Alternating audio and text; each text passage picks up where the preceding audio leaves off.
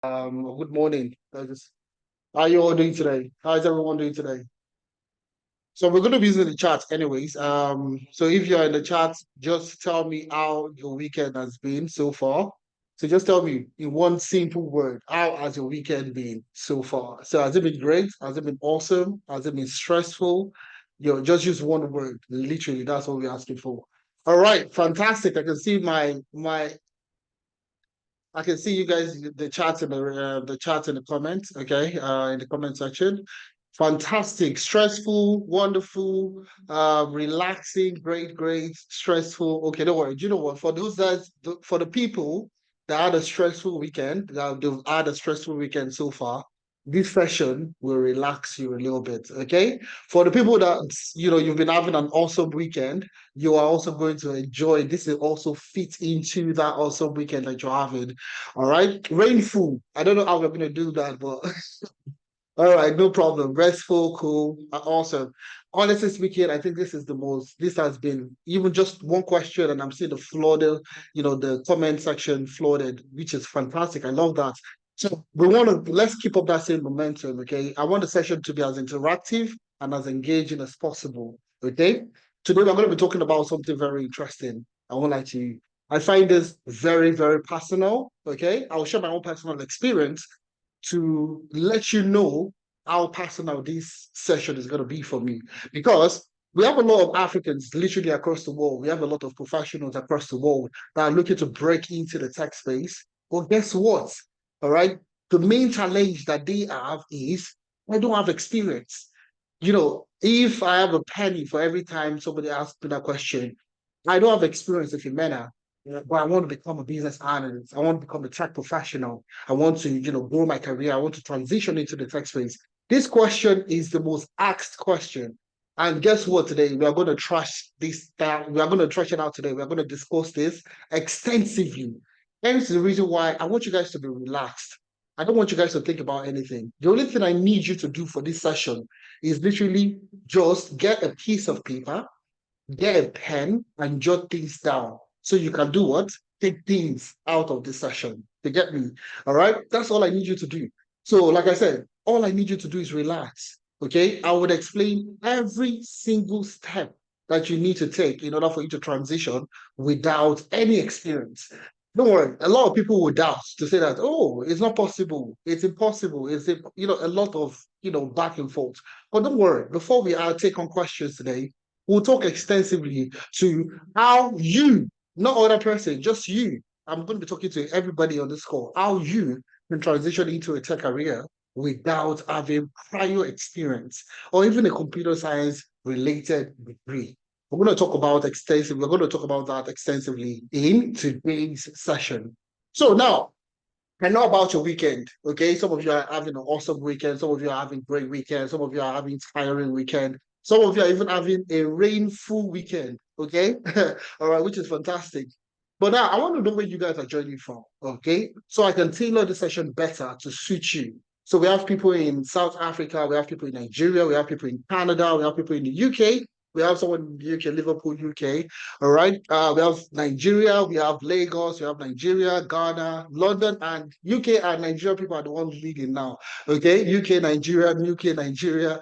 A lot of UK, Nigerian people on the session, which is fantastic, which is good. I love that.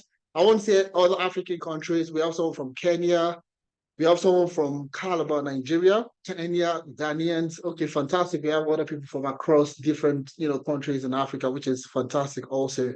So keep it coming, guys. I want to see a different country. We have someone from France, which is good, fantastic. Good to have you here, Kende.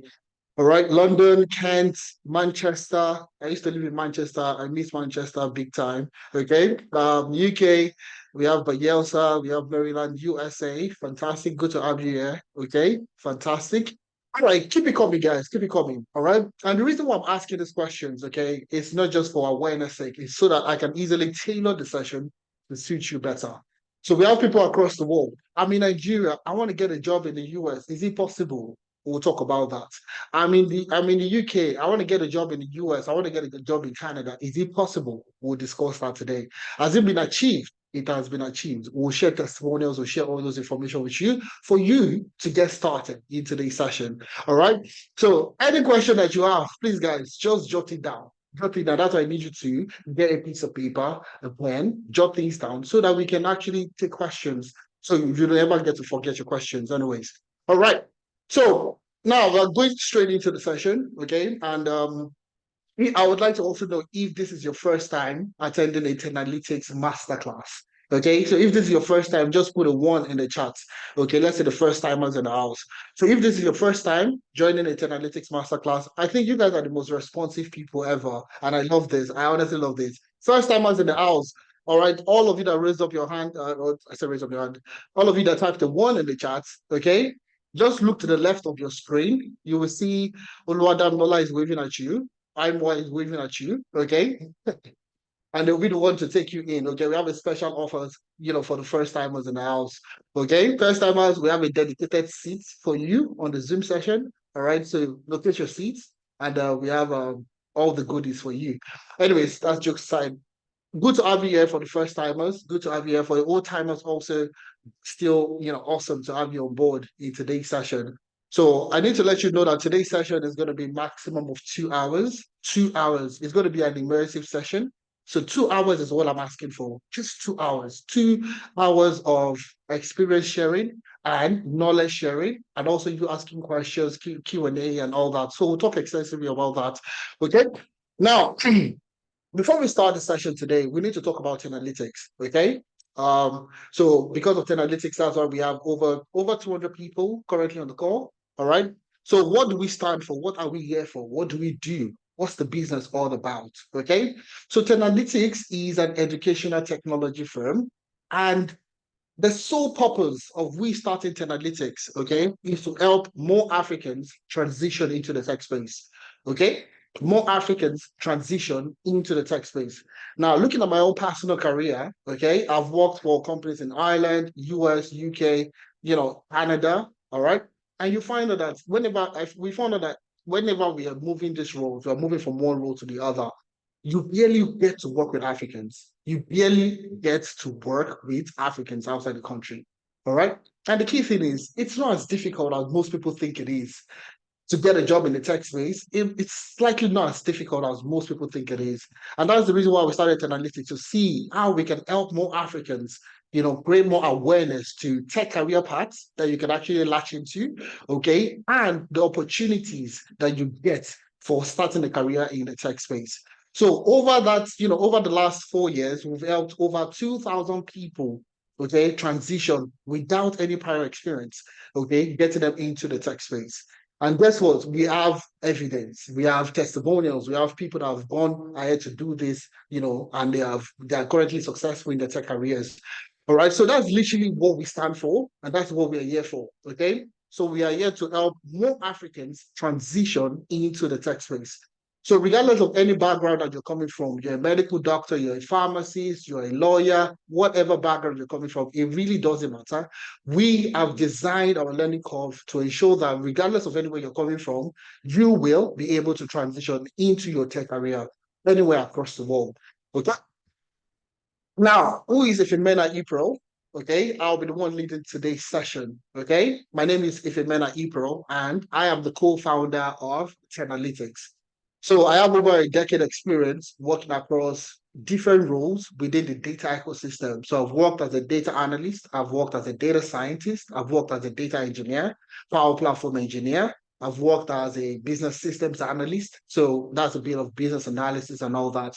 So my experience has spanned quite a number of roles within the data ecosystem. So I have a wealth of experience across that. But I also like to share that I did not study anything related to data or tech when I was in university. I actually studied economics. Okay, I studied economics in university somewhere in Ibadan. Okay, I studied economics. So after studying economics, after graduation, my first job was actually management consulting, which has nothing to do with tech. Again, nothing to do with tech. So my background, economics, nothing to do with tech. My first job, okay, management consulting, nothing to do with tech, okay? But you see, I made a conscious effort to learn, okay, and also improve myself because I saw the future. I saw what career paths in the future were going to be like. So I got into tech, while I was working, and I started learning, self-learning. But it took me about 2 years. It took me about 2 solid years of time investment in training, time in learning, and all that. It took me 2 years in order for me to get a job in the tech space. But now, reflecting back, reminiscing, okay, now that I am in the space, now that I am in the field itself, I keep asking myself every single time, why should it take me 2 years to transition into my tech role? Why did it take me 2 years? And those are the things that we implemented into Analytics to ensure that you don't need to learn for 2 years in order for you to get your job. And we'll explore that today. And, over the last 3 years, we've helped over 2,000 people, like I said earlier, transition into their third job. Okay, so all the mistakes that we made, myself, Ifemena, and Adeza Suleiman, okay, the mistakes that we made are what we have implemented into Analytics to help more Africans transition into the tech space. If you have, like myself, I said, I have a degree in economics. My first job was in management consulting, which had nothing to do with tech. Adeza, on the other hand, who is the founder of Analytics, had a background, okay, in industrial chemistry, also was working as a management consultant. We worked together, okay? So the key thing is, regardless of any background that you're coming from, I want you to just, those are old. That's old. Don't worry. Once you go through Analytics, you are going to become new, all right? And you're going to have a solid experience getting you started within the tech space. So regardless of any background you're coming from, guys, regardless of any background, you studied law, you studied pharmacy, you studied medicine, you studied accountancy, whatever background you're coming from, it really doesn't matter. Okay, and we'll talk extensively about that in today's session. So that's a little bit about myself, okay, and that's why it is personal for me. Why today's session is a bit personal to me. How do you transition into the tech space without prior experience and no computer science related degree? So you would want to agree with me that I am in the right place. I am the right person to be speaking to you today. Okay? Do you guys agree? Put the one in the chat if you agree with me today. All right? So at least I don't have a background. I don't have a background in tech. Okay, I did economics and I did what management consulting for my first job. So no prior experience, plus also no prior, computer science degree. Okay, so we'll talk extensively today. How did I do it? Okay, how did Ifemena achieve this? How was I able to achieve it? Am I the smartest person in the world? Zero. No, I'm not. Okay, all right. But how was I able to achieve it? And how have we helped over 2,000 people also achieve the same thing? Those are the things that we are going to be discussing in today's session. All right. Now, let's go straight into it. What are we going to be doing today? We're going to be doing 4 things. Like I said, today's session is going to be a maximum of 2 hours. So I want you to listen to me very well. Today's session is going to be a maximum of 2 hours. I'm not going to take your time too much. So number one, the first thing we're going to talk about today is the main meat of the session, which is how to secure tech jobs in the US, UK, Canada with no prior experience. With no prior experience. We'll talk extensively about that. Number two, the pathway to becoming a tech professional and securing a job. Now, as professionals that we are at the moment, we're not learning a new skill just for the fun of it. Okay? Some of us want to just learn it because, we are bored at work. Okay, maybe you're like a CEO. We might not be excited to learn it. Okay? But for young professionals like myself, okay, that are looking to get into the tech space, most people want to learn tech because they want to get a better job, they want to get a better life, they want to work remotely, they want the flexibility that comes with working in the tech space. Also, I would like to even know why you want to transition, but we'll get to that in a few seconds, okay? The pathway to becoming a tech professional and securing a job. The key thing is that securing a job. You don't want to learn a new skill and you're stuck, okay? You're stuck. You don't know how to transition. That is the most, very frustrating aspect of the tech space. And that's why a lot of people, miss out on so much. But we'll talk about that, okay? Number three, the reason why we've had so much success in getting people the tech job is the growth internship program. And I'm going to talk extensively also on the Analytics growth internship program. And the fourth and last thing that we're going to talk about is the special offer we have for you. The special offer we have for you. So because you attended today's session, okay? Because you attended today's session, you listen to me to the end of the session, you get a special offer. There's a special offer waiting for you if you wait to the end of today's session. So these are the 4 things we're going to look at. It's not too much, very straight to the point.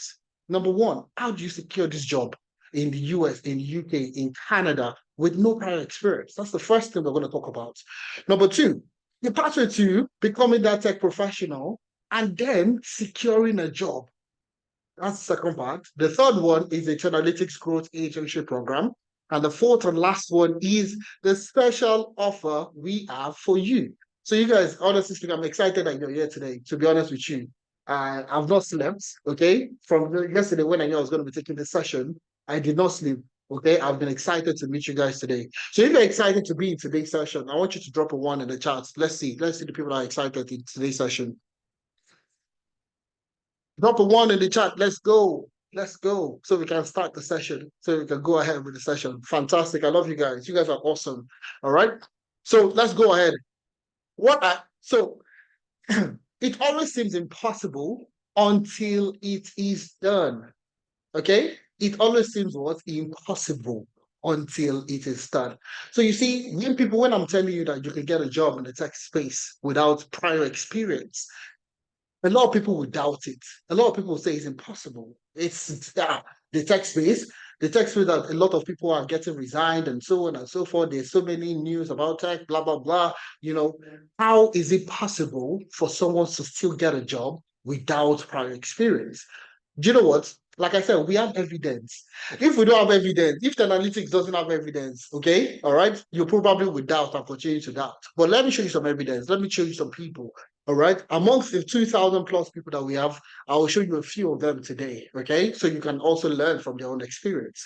Now, the first person that we have there is Abigail, okay? This is Abigail over here, okay? So Abigail was working as a care worker here in Canada. Okay, she was based in Canada working as a care worker. All right, but last year she was able to transition into business analysis. Okay, into a business analyst. Now, this is not with any regular organization you find yourself. She actually got a job. Going through a training program, she was able to get a job as a business analyst, and now she works with the government of Canada, the government of Alberta, okay, as a business analyst. Okay. And guess what? Again, she has 2 people reporting to her, getting this job. She has 2 people working with her. She has no background in business analysis. She has no background in tech. I mean, she was working as a care worker and she was able to get a job as a business analyst. Now, we have video proof. Okay. I'll play a video later. Don't worry. Okay. We also have Tony. Tony is a pharmacist. Okay. Tony was a pharmacist. Okay. Moved also relocated to the UK, what they call Japa. I don't know if it's Japa, but she relocated to the UK. All right. And she didn't want to do pharmacy anymore. She didn't want to continue the line of pharmacy. Okay. And what did she do? She went through the data analytics training program and now she works as a benefit analyst with the NHS. Now, with this particular role, it afforded her a full sponsorship. Okay. He afforded out one full sponsorship. So if you're looking to get a job in the UK, you're looking for sponsor jobs and all that. So I was able to land a full sponsorship job with the NHS, just 1 month of training with analytics. 1 month. All right. And there's a video. Anyways, I'll play Tony's video. I think Tony's video is a bit shorter. So she explained everything within just, I think, a minute or thereabouts. So we'll listen to Tony in a few seconds. Okay. We also have Nathaniel. Nathaniel got a job as a data scientist. Okay. Now, data science that a lot of people think that it's so damning, like it's one very, very highly technical role, which it is. Okay. Ideally, it is. Do you understand?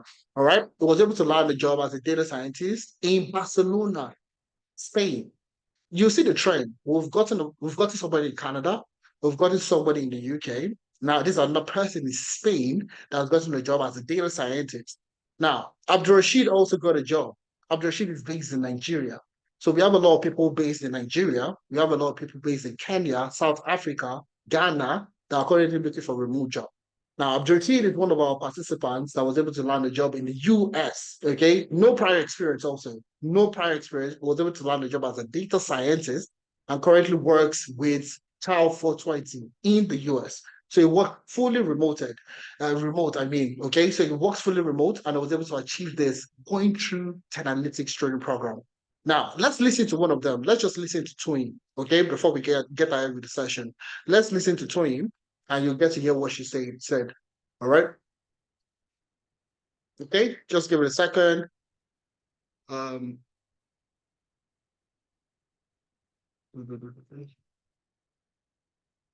skip.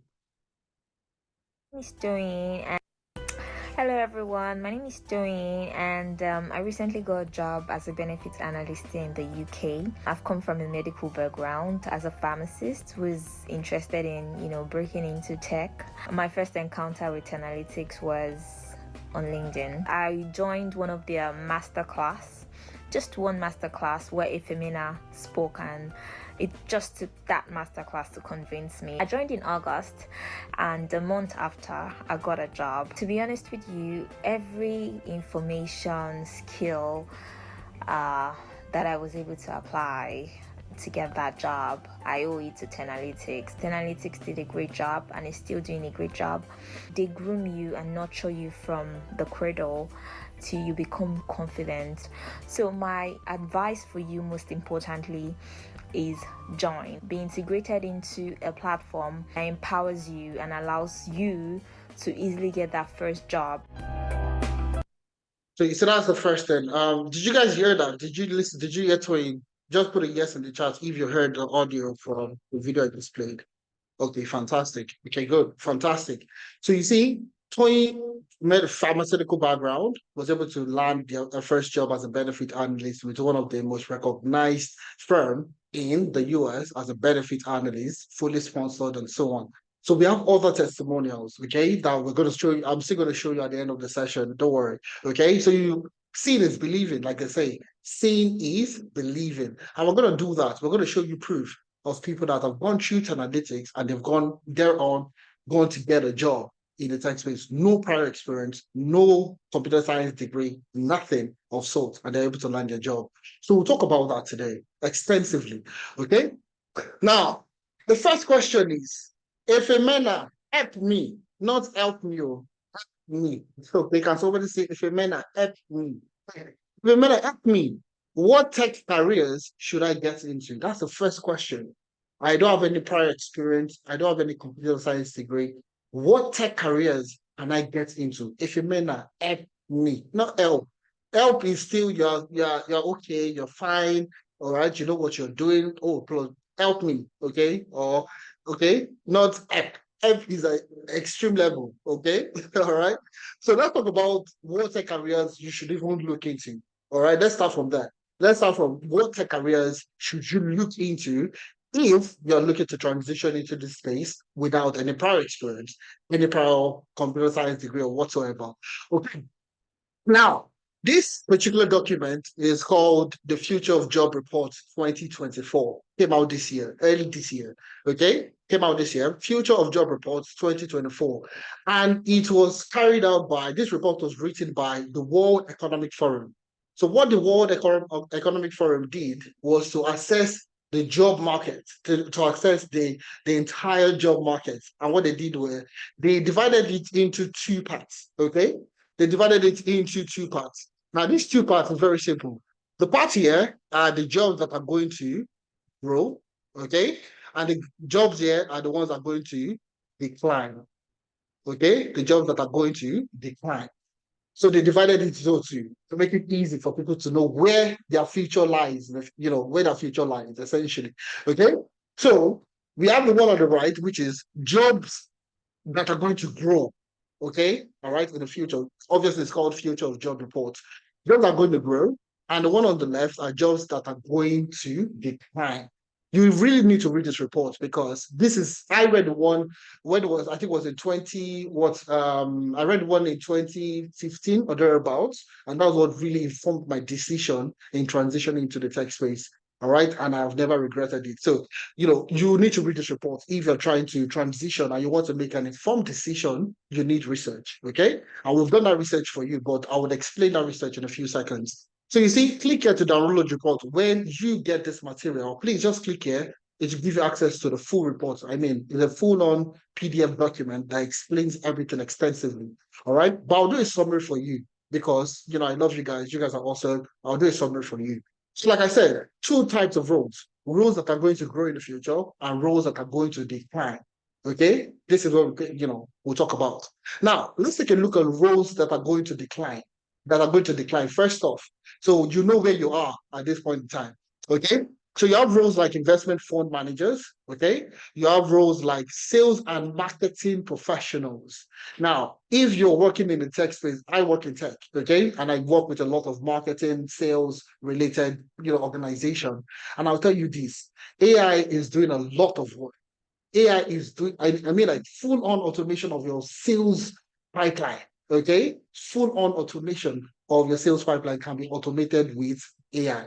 So when they say teams like sales and marketing professionals are going to go, are going to decline in the future, it's very correct. Okay. So you have training and development specialists. I mean, if you're in that HR training and development, your role is going to decline in the future. You see, the one that was very interesting to see was the role of what we call product managers. Okay, was the role of what we call product managers. Now we know a lot of people that are still doing training. I want to become a product manager. I want to become a product manager. This role, according to the World Economic Forum, in the next couple of years is declining significantly. Okay. ICT operations, user support technicians, user support. I'm currently doing support, user IT support and all that. Those roles are going to decline in the future.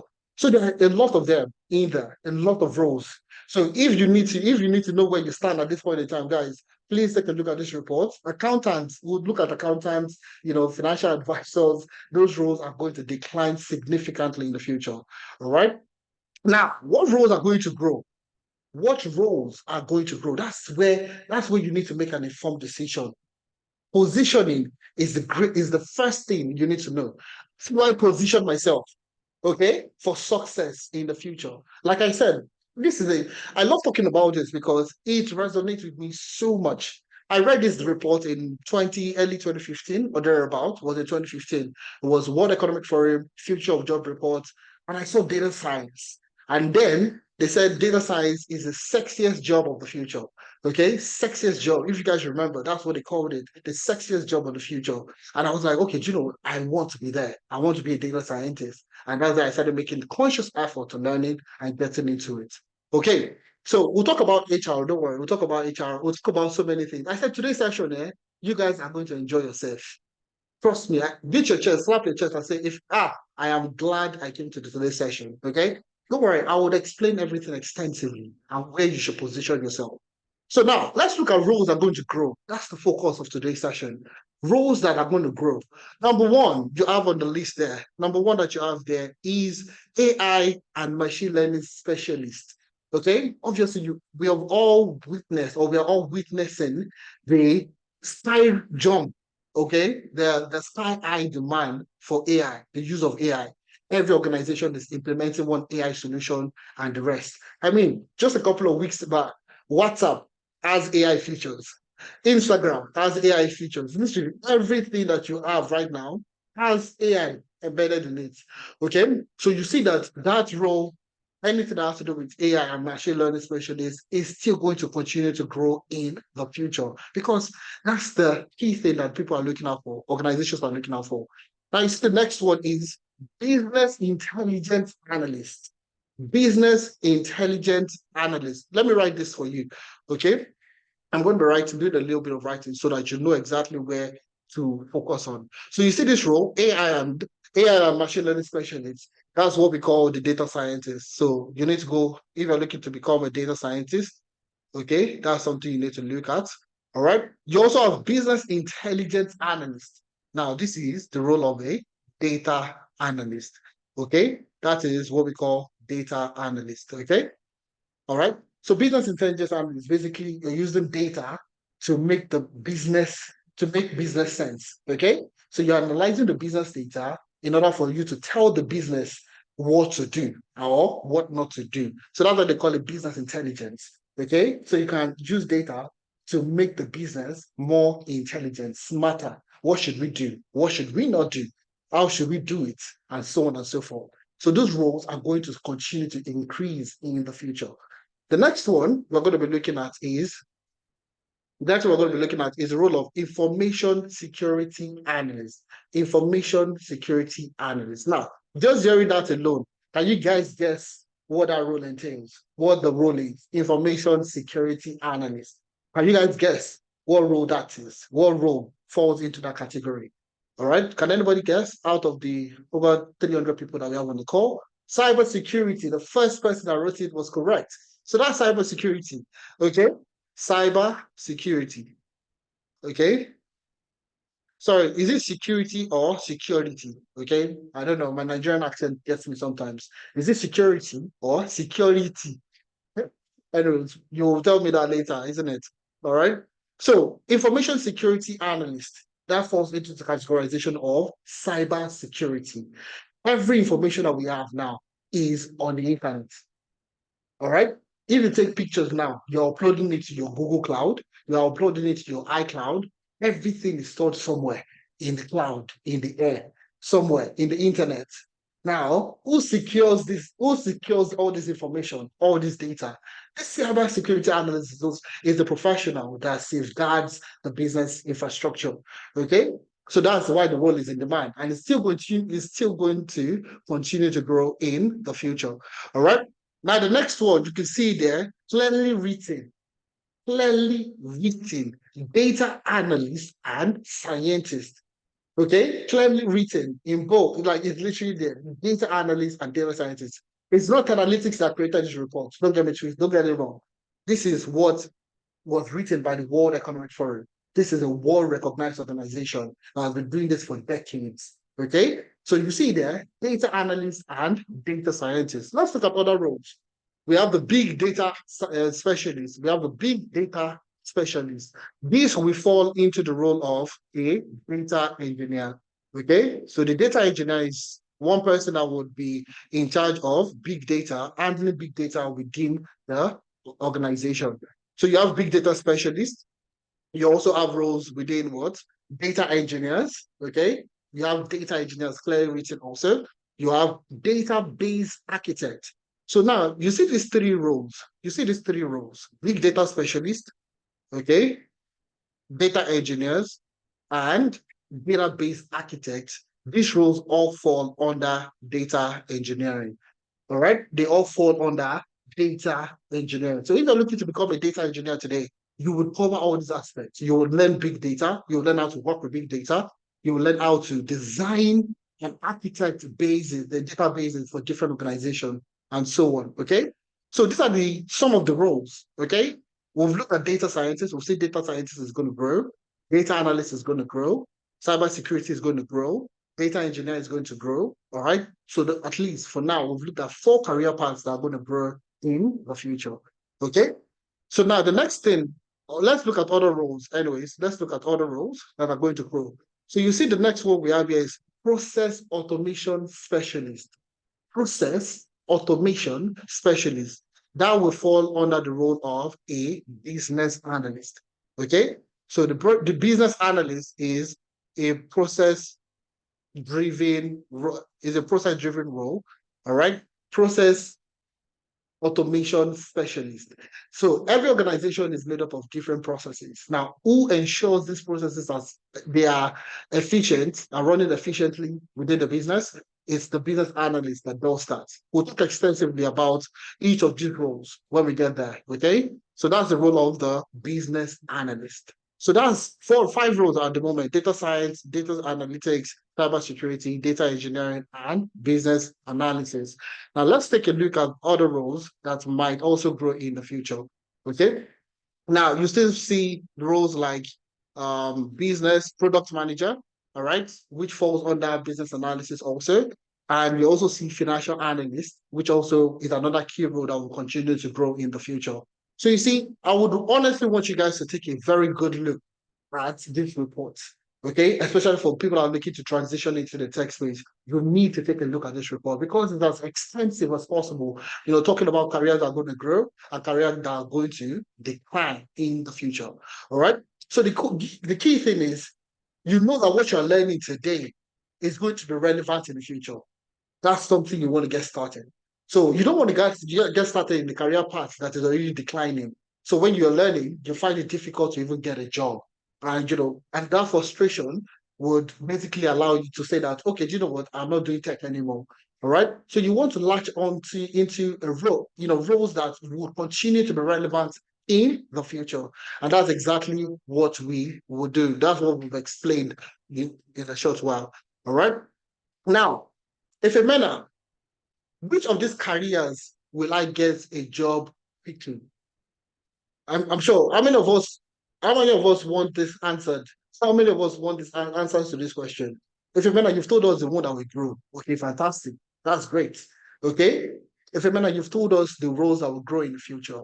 Okay. But now the key thing is, which one will I get a job fastest? Not quickly, say fastest. Okay. All right. How can I get a job? Which of these career paths should I learn and get a job quickly? That's exactly what people are looking out for. Now, there are three things you need to consider before selecting a career path. There are three things you need to consider before selecting a career path. Three things, just three things. All right. Number one, ease of learning. Number one is ease of learning. One thing as professionals is we don't have time. Okay. Time is the most precious thing ever. Okay. So we don't have that time. We don't, you're working full time. You're working full time. You have probably family obligations. You have so many obligations. So you want something that you can easily learn. Okay. The ease of learning is a bit structured. Okay. That's the first thing you're looking out for. You don't want to dabble into a career path that is so difficult for you to learn. It will take all your time, consume all your time in order for you to learn and understand the job requirements. Okay. Number two, ease of transitioning. So you want ease of learning. So you want to be able to learn quickly, easily. Okay. Secondly, is the ease of transitioning. So ease of coming from learning to getting a job. The ease of learning to getting a job has to be easy. All right. It has to be sort of easy. Number three is high and rewarding salary. High and rewarding salary. So these are the three things you need to consider in order for you before you select your desired career path. Number one is ease of learning. Number two, ease of transitioning. That one is the key question. That's the key thing. Number two there, ease of transitioning. All right. So if you look at the career paths that we're going to talk about today, okay, you find out that if you just it's a simple Google search of this role, you'll see thousands of opportunity that are currently looking for, for you to apply. Okay. So these are the kind of opportunities you want to get, not the ones that you search and you see like 20 opportunities in the last week, 30 in the last month, that you'll get frustrated easily. Okay. So you want three things to consider: ease of learning, ease of transitioning, and high and rewarding salary. Okay. Now, I want to know the reason why you guys want to transition into the tech space. What's that reason? Why do you want to transition into the tech space? I want you guys to put it in the comments. Let's see. Why do you want to transition into any of this career path, any tech career path? Why would you want to transition? I just put it in the chat. Let's see. Why do you want to transition into the tech space? Why? What's that thing? Let me tell you mine. Higher income, fantastic, relevant. Well, that's beautiful. I love that. All right. Somebody said Sakma. All right. Income. I think it's income for most people. All right. It's income. To me, don't tell anybody. I only told all of you on the call. Don't tell anybody. But the reason I also transitioned was money related. It's changed over time, okay, to impact, okay, to be more impactful in my own career. But the first thing I was looking at was for more money and flexibility. Okay, so I can see a lot of people are fitting into that same category: flexibility, bring new knowledge. I love tech and I need a better income. Fantastic. It's not bad if you look for a better income. We'll talk about that today. Job security, very good. High income, jackpot. Somebody literally said jackpot and money. All right, no problem. That's fine. We'll talk about that. Okay. Flexibility. I think that flexibility is very good. Okay. More money, more money, more money, money. Money for most people. We'll talk about salaries that you can actually attain if you go into these roles that we're going to select for you. All right.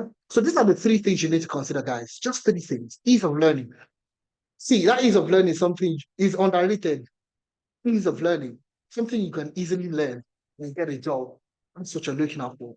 All right. So when you combine these three things together, when we combined it together as an organization, Analytics. So what we did is we looked at these three categories, these three key features: ease of learning, ease of transitioning, and high and rewarding salaries. We decided on 8 career paths. Okay, 8 career paths that would help you land your job fastest. Okay, that will help you land your job fastest and also ensure you are relevant in the job market. Okay, you are relevant in the job market. 8 career paths. So let's talk about these 8 career paths. Number one is business analysis. Business analyst, become a business analyst. Ease of learning, ease of transitioning, ease of high and rewarding salary. You know, when I moved to Canada, I moved to Canada just under a year ago. Okay. But before even moving to Canada, I used to I do a lot of freelancing, work. And I've worked for businesses in Canada. Okay. So I had built a good relationship with professionals in Canada. Well, guess what? A lot of people are transitioning into business analysis in Canada, and they're all getting jobs. Okay. Now, those are the three things you need to look: ease of learning, ease of transitioning, and high and rewarding salary. So, business analysis is number one. Okay. Number two, data analyst. Number two is data analyst. Become a data analyst. Number three, data science. That's another very interesting career path to get into. Number four, data engineering. Okay, so if you want to work as a data engineer, that's also another fantastic career path to look for. We have one of our participants that just completed an interview process, a third level interview process with one of the largest banks in the US. Okay, very top organization. All right, and he just completed the third level. That was yesterday, Friday. Okay, number five, cybersecurity analyst, also in high demand. We'll talk extensively about that. Number six, Scrum Master is another interesting career path you should go into. Number seven, HR analyst. Number eight is financial analyst. Okay, number eight is financial analyst. So these are the 8 career paths that if you're looking to get into, you want to get a job fastest, you want to continue to remain relevant in the job market, these are the 8 career paths you should be looking out for. Okay, now of these 8 career paths, I want you guys to make a decision today. Which of these career paths are you interested in? Put it in the chat. Let's see. All right. Which of these 8 career paths are you interested in? Do you want to take up that mantle to say that I want to become a business analyst? I want to take on data science. So we have cybersecurity analyst, HR analyst, data science, data analyst, cybersecurity analyst. I'll come back to this question, guys. So you need to make a decision. What career paths do you want to get into? It's a simple question. Of these 8 career paths that will guarantee you getting a job the fastest and also keeping you relevant in the job market over the next couple of years, you need to make a decision today. All right? You need to make a decision. So those are the things you need to consider. Okay, and I can see all the chats. Okay, fantastic. You guys are awesome. Honestly, I've been facilitating for years, okay? But this has been you guys are too interactive. I love your interaction. And I want you guys to ask questions, please. Ensure you're taking notes. Ensure you're writing down your question. There's a time I'll do question and answer for you guys to work with, to ask the questions. All right, somebody said 1, 2, 3. I want to do the 3 of them together. Just choose one guy for a start, okay? Choose one. Let's start with 1. All right. So these are the 8 career paths. Now let's go into the key thing, the key question, okay, which is, all right. The key question. Okay, Mena. Initially, okay, when we started the session, you don't know what career path to go into. Okay? Initially, you don't know the career path you wanted to do. We answer that question using the careers that are going to grow and the careers that are going to decline. Okay? Now, after that, you now wanted to know what career paths will get me the job the fastest. I answered that question also. Okay? Now, the third question is, I know I can get a job fastest now, going through those 8 career paths we discussed. Okay? I will be relevant in the job market based off that 8 career paths. But the key problem now is I have no experience. I have no degree. Okay? How will I make it happen? How will this happen? That's the thought process now. You can see Akim as this purple. I'm not even sure what his name. One of them, okay, is wondering, how will I make it happen? I have no experience. I have no degree. Like I'm not a fit in any way possible. How will this happen for me? That's the key question most people are asking. Okay. And you see, at this point is where a lot of people fail. A lot of people actually, fall off. Okay. A lot of people have interest. Having interest is just one thing. Okay. I have interest in data analytics, or I have interest in data engineering, or I have interest in cybersecurity. Interest doesn't translate you to a job. Okay. If interest is all you need, then you're fine. Everybody will become their desired career. Everybody will be working their desired career. But it's beyond interest. Okay. And this is where people fail because I don't have experience. I don't have degree. I don't have that, and so on. Okay. But that's exactly what we're going to discuss for the rest of the session. Okay. It is possible. And we have our own 6-step approach that we use that has worked for us. It has worked, immersively for the people that have gone through analytics. So we call it the analytics 6 steps approach to tech career transitioning. We have devised our own approach. I mean, we deserve a round of applause for this. A round of applause for analytics, guys. All right, a round of applause for analytics. We have our own approach that has worked, immersively for people that have transitioned into the tech space. Okay, so the analytics 6-step approach to tech transitioning, to tech career transitioning. So we're going to talk about that. Okay, so we're going to start from the first step, which is identify the career you want to get into. Identify the career you want to get into. That's the first thing. That's the easiest part, to be honest with you. And that's why, I took out my time to explain those things, okay? Career paths, the ones that are going to grow, the ones that are going to decline, to, based on those 3 criteria. That's why I took my time to explain that, because that's the first step to deciding how to transition. Identify your desired career path. Select that career path.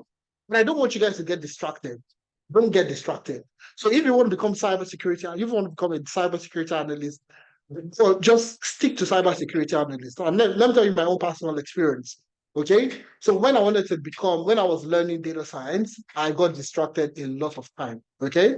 All right. So a new Web3 developer.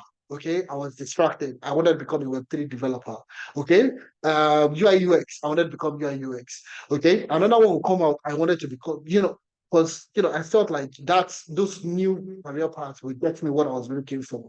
So I got distracted so many times. And you see, a lot of people get distracted. Today it is business analysis. Tomorrow, it'll be like saying a data science I go do. Next week, on my cybersecurity, I met one guy from cybersecurity. He's doing so well. I want to become a cybersecurity analyst. And that's how people keep getting distracted. And this distraction actually hinders your opportunity to grow. Okay? There are a lot of information out there. Trust me, there are a lot of information out there. Okay? But that's where you have to analytics to help you break it down for you to understand what to do better. Don't get distracted, guys. Choose one of that career path, just one. All right? Choose one. And I want you to stick to it. That's all. If it's data analytics, stick to it. There are opportunities in data analytics that will get you the kind of salary that you've never imagined. I'm going to show you in today's session. If it is data engineering, stick to it. Don't worry. When I say don't worry, calm down. You will get what you're looking for. The salary, the flexibility, all the things that you say you're looking for in order for you to transition, you will get it in any of those 8 career paths that we talked about. And we have people that have done it, and I'll share their own experiences. Okay. So number one, identify the career path you want to get into. Don't get distracted. Okay. I want to beg you now. Don't get distracted. Laser focus. I want to become a data scientist. Focus on that. Focus. Okay. Focus on that particular one. Number 2 is learn the skill. Now, don't forget the reason why we chose this career path. Number 1 is ease of learning. Now, the next thing you need to do in our 6-step approach is learn the skill. Learn it. Learn it like you are learning, like you go to school to learn it. Okay? Learn the skill. So if you want to become a Scrum Master, it is fantastic. Learn the methodology called Scrum. Okay? Learn, understand it end to end, from ideation to implementation. You know how to use Scrum. You understand the process. If you want to become a data scientist, understand data science. Okay, you know how to program in Python, no machine learning, no statistics, understand, like learn the skill. That's all we're asking you to do. Learn the skill. All right. Now, anyways, I'll tell you where analytics comes in, but for a start, learn the skill. Okay, learn the skill, educate yourself. That's the first thing. Educate yourself. You want to do financial analytics, educate yourself on financial analytics. Okay. The next thing is project-based experience. Now, this is where a lot of people get it twisted. All right. Okay, and I'll explain why. Project-based experience. Now, I want you guys to go online, go on any job board. If you're in the UK, go to CV Library, go to read.co.uk, go to JobServe. If you're in Canada, go to Indeed, go to LinkedIn, go to what they call Job Rapido. There are quite a number of job boards. Go there and search for that job that you want to do. Okay? Search for that job that you want to do. Now, let's do a quick one. Let's do a quick one because I want this session to be as practical as possible. Okay? So I'm going to go to my browser. I'm going to open my browser. Okay? I'll start with the UK. I'll start with the UK. So I'll go to read.co.uk. Okay. Read.co.uk. That's one of the job boards I used to use in the UK. Fantastic place for you to get jobs, sponsor jobs, and so on. All right. So let's start with the role of a business analyst. Let's even look at the role of a business analyst. Okay. All right. I like practicality because it gets you to understand a little bit better the essence of that laser focus I'm talking about. Okay. So let's look at business analysts in the UK. Let's look at the role of a business analyst in the UK. So I'm going to take it for recent. Okay. Date posted. I want anything posted last week, anything posted within a week. Okay. Just 1 week. All right. Let's take a look at opportunities. There's a reason why I'm going there. Project-based experience. Don't forget, that's where we were. Okay, so we're currently at project-based experience. Now let's go back to the web page.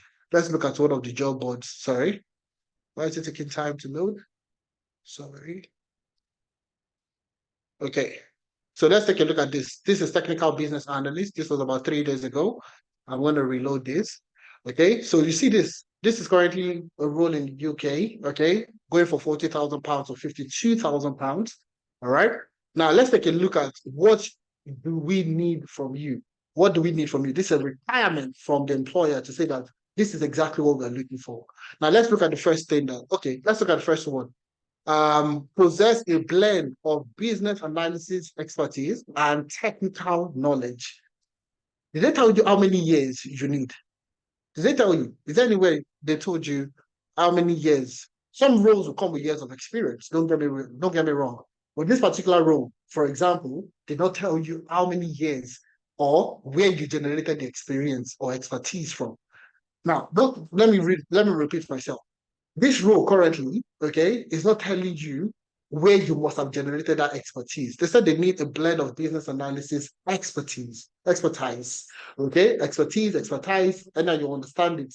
But now, did they tell you where you have gotten that expertise? Did they tell you where? If it's from a project, if it is from your work experience, you working in an organization, did they tell you where to do it? Did they tell you where they needed you to get this expertise from or this experience from? They didn't tell you. All right, let's take a look at another role quickly. Let's take a look at another one. This is a junior business analyst, so I'll ignore that. I want to look for something business analyst. This is another business analyst role 3 days ago. Let's take a look at this. Okay.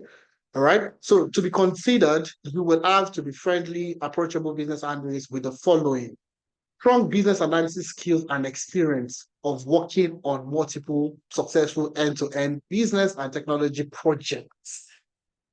They tell you that you must be working, like you must get a job and work as a business analyst before you can claim experience. Did they say that? Did they tell you that? Now, there's a lot of misconception, especially for beginners. There is a huge misconception that when they say experience, it means that you must have gone to work, carry school bag. Okay, you must have carried school bag and entered the train and went to an office to get that experience. That's what most people think, especially beginners. Okay, especially beginners. You think that I must have been working as a professional, so in order for me to get experience. No, that's not the case. All right. And let me tell you about my own experience. Now, guess what? The first role I went to, let me show you my profile on LinkedIn. And I want you guys to follow me. Anyways, when we get to following LinkedIn, or you can check me out on LinkedIn. Okay. So I'm just going to go on link. Okay, no, this is not. I'm going to search for Ifemena Ibro. All right. So this is if you met at April, me on LinkedIn. I'll show you the first role I transitioned into. So you'll believe me a little bit better. Okay. So this is my own experience. All right. So this role, okay, no, not this role. All right. So you see me a business intelligence analyst, and I was covering the EMEA region for this particular business. Okay. Now, guess what? The project I used in getting this particular job, if I tell you guys will not believe it. The experience I used in getting this job as a business intelligence analyst, working with one of the largest logistics. If you're in UK, you are in Europe, you know DPD. Okay, they are the largest logistics, third-party logistic company in the in the UK, in Europe in general. Okay, and I was covering as business intelligence analyst, I was covering Europe, Middle East, and Africa. Okay, so let me tell you the project I used in getting that particular job. I used to work on personal projects. I post a lot on LinkedIn, so you can check it. You can check out my post. I posted this was early on, last couple of years ago. So I worked on a project in Power BI. It was an Arsenal data. Arsenal. I'm an Arsenal fan. Okay. Okay. Unfortunately, I'm an Arsenal fan.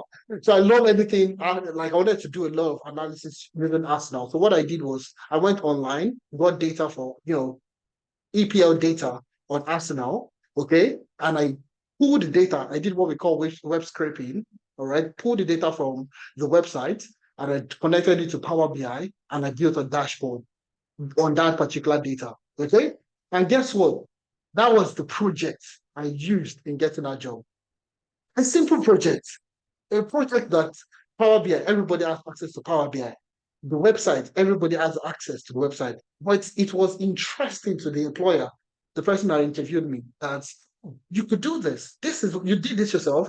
Can you walk me through the process of you doing it?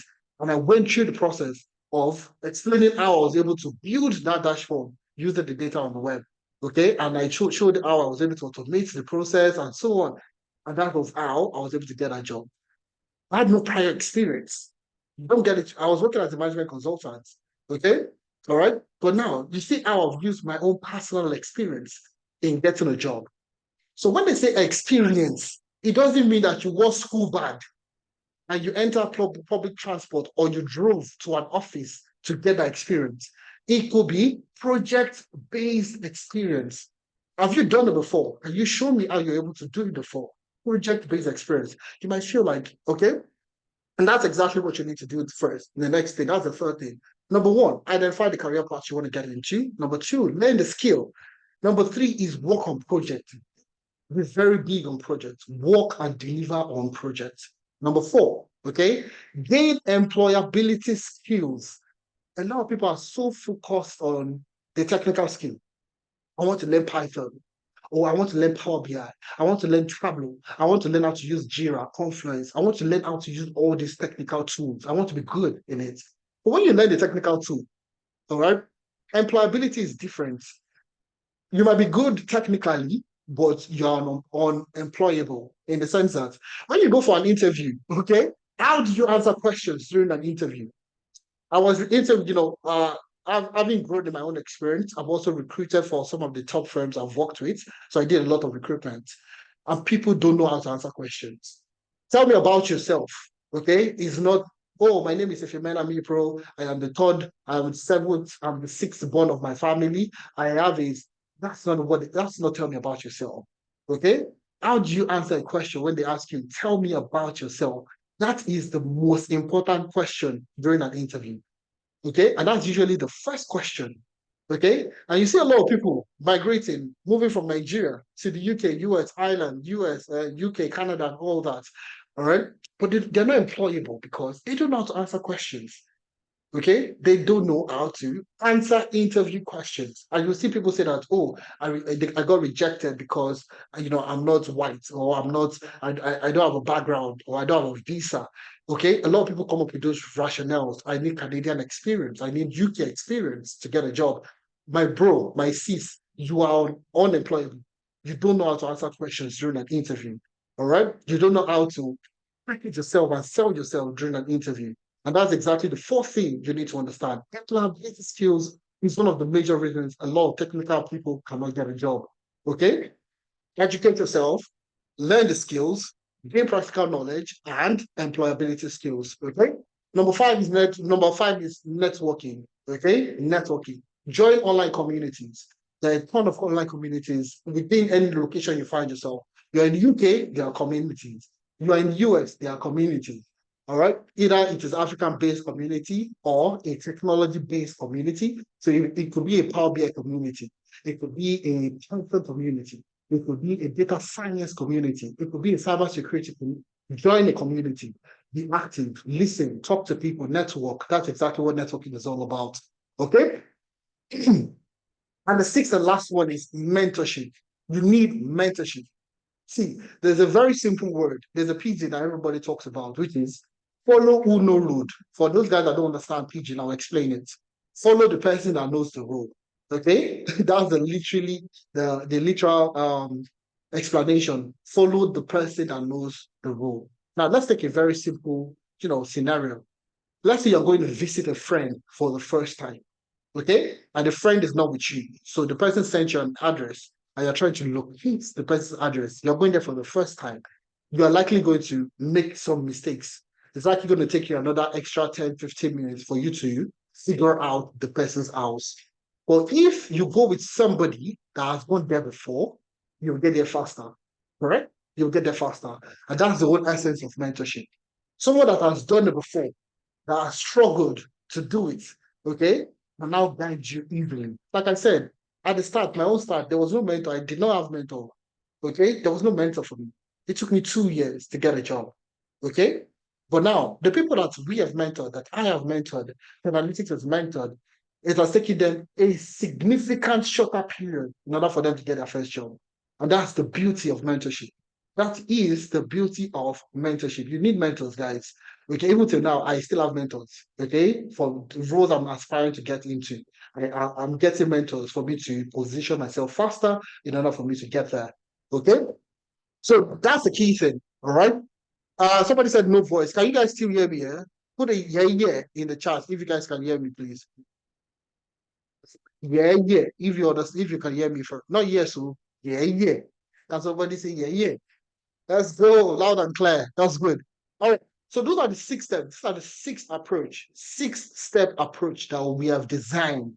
So we are going to trademark this, and anybody that wants to use it would need to pay us some money. Okay. All right. So this is our 6-step approach to getting your tech experience, getting your tech job without having prior experience or degree or whatever the case might be. So it's just 6 steps. Okay. And now let's use the practical experience. This is Glory, okay? All right. Glory saying hi to everybody. Everybody, hi. Okay. My name is Glory. I'm a teacher. So Glory is currently a teacher. Do we have any teacher in the house? Let me see. Put a one in the chat. Do we have any teacher in the house? Do you have any teacher in the house? Anybody that's currently maybe in education, you're a teacher, you're a lecturer. Okay, fantastic. But so Glory is also a teacher, okay? So don't worry, maybe the next time we'll use the pharmacist or a organizer. Do we have any organizer in the house? Well, I'm just joking. Everybody is welcome. Okay. So Glory is a teacher. We all know that, teachers are not technically, they're not, you probably did education in university or you did any degree, all right? You became a teacher, all right? Now, how does a teacher transition into a technical role? All right, practically, let's take a look at it. Number one, identify the career path you want to get into. Like I said, laser focus. Laser focus is very important. Don't get distracted. Okay, you want to become a data analyst. Head on, straight up. How do I become a data analyst? So now, Glory wants to become a data analyst. She has chosen data analytics.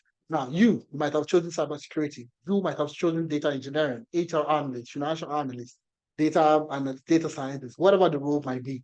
All right. She wants to become a data analyst. That's the first step. Identify the career path you want to get into. Number 2 is learn the skill. It's as simple as that. Okay, learn the skill. Now you might be asking, okay, what skills should I learn? Okay, where should I start from? Don't worry. I also have you covered. I'll tell you everything. All right, no gatekeeping. I'm not gatekeeping any information. I'll tell you the skills you learn for all the career paths that we're talking about. Okay, so this is where you learn. And this is where analytics helps you better because you need structure in your learning. You need structure. You see a lot of people. I'm on Twitter. I'm always on Twitter. Okay, and I read a lot of tweets. And a lot of people are always talking about free resources. I get on Twitter and you see, if you want to become a business analyst, this for the PDF drive or whatever Google Drive contains, business analysis documents, blah, blah, blah, and all that. Free, okay? You need structure. You don't need free, okay? You need structure. Can somebody say structure? You need structure. So where do I start from? I start from point A to point B to point C to point D, so you can tie everything together. You need that structure. Structure is very important. Don't underplay structure. And that's where analytics comes in with a structured learning curriculum to help you learn within the shortest period of time. Okay? Number two, guaranteed immersive learning experience. Learning experience. You want to enjoy the learning experience. You want to be excited about the things that you're learning. That's where we come in to make it an immersive learning experience for you. So the kind of curriculum that we deal with the most up-to-date curriculum, and that's because we are currently in the industry. Okay, we are in the industry. We constantly are either recruiting, okay, for the organizations that we've worked for, okay, or based off our own personal experience, okay. And we also have what we call the blended delivery style, in the sense that I'm a fast learner. So people are fast learners. So people are slow learners. How do you accommodate? So people want to see things and do it, 5 times in order for them to understand. Okay, I'm like that. I'm that kind of person. So if I want to learn something, I like to do it at least 3-4 times. Okay, across different projects, across different things. I need to do it like 3 times for me to understand it better. So you see, that's exactly what you're looking for. That's exactly what analytics does for you. Okay, we have the fast learners that learn quickly. You learn so fast.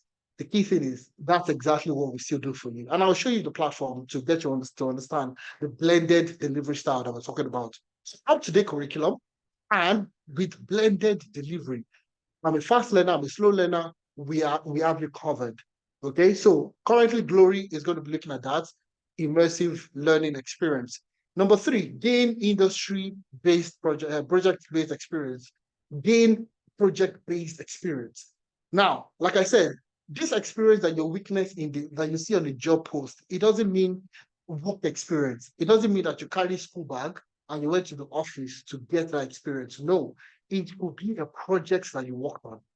All right. It's project-based experience these guys are looking for. Majority of the recruiters are looking for project-based experience.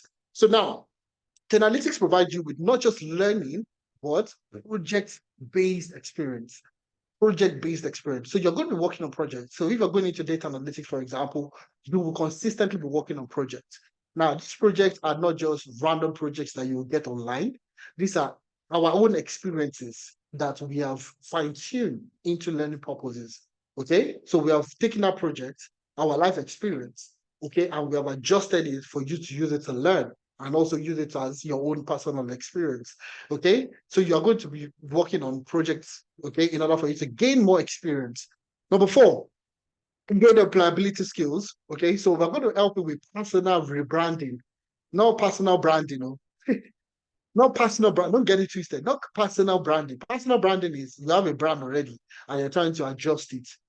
Personal rebranding, in the sense that you're a teacher. You've always been doing teaching all your life, okay? Now, it's not branding that you need. You need rebranding. You want to forget just your prior experience, okay, and convert it into data analytics experience. So if it's cybersecurity, it's the same thing. If it is business analysis, it's the same thing. The key thing is rebranding. So anywhere you find yourself, you see people would have a good CV, but they don't have a good LinkedIn profile, okay? It's a mismatch, okay? How do you carry out personal rebranding? That's where we come in also. Analytics will help you with your own personal rebranding. Okay, so if you're going into a tech career path, anywhere they see your name, okay, they should know that you are an expert in that particular field. How do you achieve that? That's exactly what we do for you with what we call the personal rebranding. So we have a full-on document on personal rebranding. We have full-on sessions on personal rebranding to ensure that you get that job that you're looking for. Now, number five is networking. I mentioned earlier that we have over 2,000 people that have gotten jobs. Okay, so what we have is we have a strong network of alumni that have gone on to getting job within the tech space, and this is where you come in to interact with them, to network with them. I mean, somebody recommended one of our past participants, one of our current participants in his current organization, all right, for a Scrum Master role. So the guy currently works as a business analyst, but they are in need of a Scrum Master, reached out to the team, and we recommended one of our participants, also based in the US. And guess what? This person was able to get a job. Okay, so recommendation from that alumni. Just imagine if you have multiple more people for you to talk to and have gone on to get their jobs. Okay, so we connect you to our strong alumni network across the world. So we have people in the US that have gotten jobs. We have people in the UK. We have people in the US. We have people in Poland. We have people in Germany. We have people literally across the world that have gone on to get jobs. Okay, so you get to network with these people, ask them questions. How are they able to do it? All right, and they provide you with actionable steps that will help you achieve what you're looking for. Number 6 is mentorship. Okay, also riding on the networking aspect with our strong alumni, we also have a pool of experts that work with us. Okay, people that have industry experience that you can also network with. Okay, so you see, everything that we are talking about, we do every single one of them for you. So starting from identify your tech career path, which is what we've done today, to learning the skill that you need. We'll talk about the skill in a few seconds. Gaining project-based experience, gain employability skills, networking to mentorship. All this will be provided for you by Analytics. Okay? If you're enjoying yourself, please put a 1 in the chat. Let me see. If you're enjoying yourself, please put a 1 in the chat. I want to see the people that are enjoying themselves.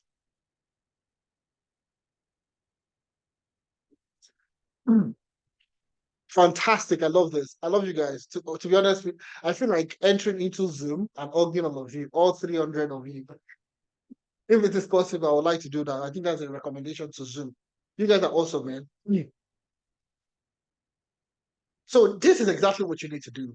It's it's a 6-step approach, and if you stick to those 6 steps, that's why we've had so much success. That's the reason why we've had so much success. Okay, and we'll talk about I'll share testimonials. Okay, don't worry, I'm not gatekeeping any information. I'll share you testimonials of people that have gone through the 6 steps. They will talk about it and how they're able to get their jobs. Okay, now, how do you get into this career path? That's the key question. How do you get, what skills do I need to learn in order for me to get started in each of these career paths? So number 1 is business analysis for people that are looking to get into business analysis. Okay. Now, what do you need to learn to get into business analysis? So you see, the first thing that you have there is analytics. Okay. And I'll explain why. So you see here, the first thing you're going to learn in our business analytics program is analytics, DA. You learn data analytics. So you learn data analytics using Excel, Power BI, and SQL. And a lot of people, I know you guys will be surprised to be like, okay, why is that? I'll explain. Now, a lot of roles, okay, currently, a lot of recruiters, a lot of employers now, okay, are looking for business analysts with a trait of data analytics. All right. We know the popular saying, okay? You're looking for, you're looking, look, you guys should, how would I put it? You guys should complete the statement. You're looking for a church girl with vibes of a dash. But anyways, if you know it, put it there. No, please, that's not what I say you should. All right. So you're looking, this majority of the recruiters now are looking for business analysts. Okay, it's Buddy I'm looking for. That's exactly the word, Buddy. Okay. They're looking for business analysts with a spice of data analytics. So that's why you see roles like let me just show you real quick. Seeing is believing. That's why you see roles like business data analyst. Okay, business data analyst. So let's go back to this role. Okay, you see roles like what we call business data analyst. So majority of the roles that you're not seeing in business analysis they're called business data analyst. So you see it here, business data analyst, business data analyst. Now, this is part of the reasons why I told you that, we deal with up-to-date curriculum. You're not going to be learning stale, okay? You're not going to be learning something that is stale, old school. You're going to be learning something that is clean, okay? Now, you're going to be learning analytics as a business analysis professional. You will learn Excel as a data analyst. You will learn Power BI as a data analyst, and you will learn SQL like a data analyst. Then you will go into the main aspect. You'll go into the main aspect, which is what you have here. Okay, so these key aspects are now the core BA fundamentals, the core BA skills that you need to learn. Number one there is process mapping. Number two, project initiation planning, agile and scrum for projects, software development life cycles, requirement fundamentals, elicitation, stakeholder analysis and engagement. Then you see this very interesting. ChatGPT for business analysis. So you'll be learning how to use AI as a business analyst. This is part of the reason I told you that you are going to be learning with the updated, the most up-to-date tools in the industry. So you see the tools you work with: Excel, SQL, Power BI, Lucidchart, Confluence, Jira, Draw.io, Trello. These are the tools, some of the tools that you will get to work with in the training curriculum. Okay, so when we say extensive experience, when you talk about immersive learning experience, you're going to get it from the curriculum. Okay, so a lot of people will be looking at this and say that, oh, these things, I don't know what they mean. Okay, requirements, elicitation, all these things, what do they mean? What do they stand for? That we can't discuss that in today's session. Okay, but we'll have other sessions where we'll talk about it. But basically, the training program is designed for beginners, people that are looking to getting started. This is exactly what you need. Starting from the A to the Z of business analysis will be covered in this particular training curriculum. Now, how many months do you need to become a business analyst? Okay, you need a total month of 4 months. Just 4 months is all you need. 4 months is all you need. 2 months of learning. So 2 months of going through the entire curriculum to bottom. Okay, 2 months of learning. Okay, and while you're learning, don't forget, as you're learning, you are working on projects. You're not working you're not learning in isolation of projects. You are learning with projects. Okay. Now, 2 months of that learning project, learning experience, then 2 months of internship. All right, 2 months of internship. Now, what is this internship about? You'll be working on a real life project. You'll be working on a real life project. Now, this project entails a web application development project. So you're going to be building a particular web application, real time, real life project, where you'll be working as a business analyst, and you'll be using that to gain experience in business analysis. Okay, so 4 months experience, 2 months of learning and project-based experience. And once you get that, once you're done with that, you have internship experience for another 2 months. So 2 months of learning, 2 months of internship will come to 4 months of the entirety. Now, in terms of learning time, what time are you going to be learning if you go through this curriculum? Now, we have the Saturday classes and we have the Sunday classes, okay? So we have the morning session, and we have the evening session, okay? The morning session is for the guys in Europe and Africa. So if you're in UK, you're in Germany, you're in France, you are in Poland, the morning session is for you, or you're in Africa, anywhere in Africa, okay? That is 11 a.m. to 2 p.m. West African time, okay? 11 a.m. to 2 p.m. West African time. Now, the evening session is tailored for the guys in Canada and the US. So the evening session on Saturday, the Canada and the US guys would have it 10 a.m. to 1 p.m. Mountain Standard Time. Okay, that's the timing for the session. Now, on Sunday, you have afternoon session and the evening session. So the evening session is tailored for the guys in Europe and Africa, 2 p.m. to 5 p.m. West African time. Okay, and the evening session is 8 p.m. to 11 p.m. West African time, which will translate to 12 p.m. to 3 p.m. Mountain Standard Time on Sunday. Okay, 12 p.m. to 3 p.m. Mountain Standard Time. Okay. Currently we don't have any time for Australia. You might want to fit into any of these times. I'm not sure what the time zone for Australia will be. All right. Well, basically, these are the timing for the guys in Saturday and Sunday. So if you are looking to become a business analyst, the timing that we have currently is for Saturday and Sunday, and it is between morning and evening session, depending on your time zone. If you're in Canada, you want to take to the evening session, which would be 10 a.m. to 1 p.m. Mountain Standard Time. And if you are for Sunday, that will be 12 p.m. to 3 p.m. Mountain Standard Time. So this is all you need to learn to become a business analyst, to get started in business analysis. Now, let's take a look at the next career path, okay? Let's take a look at the next career path, okay? Which is data analyst, data scientists, and data engineering. There's a reason why I combine all of them together. There's a reason, and I'll explain the reason why.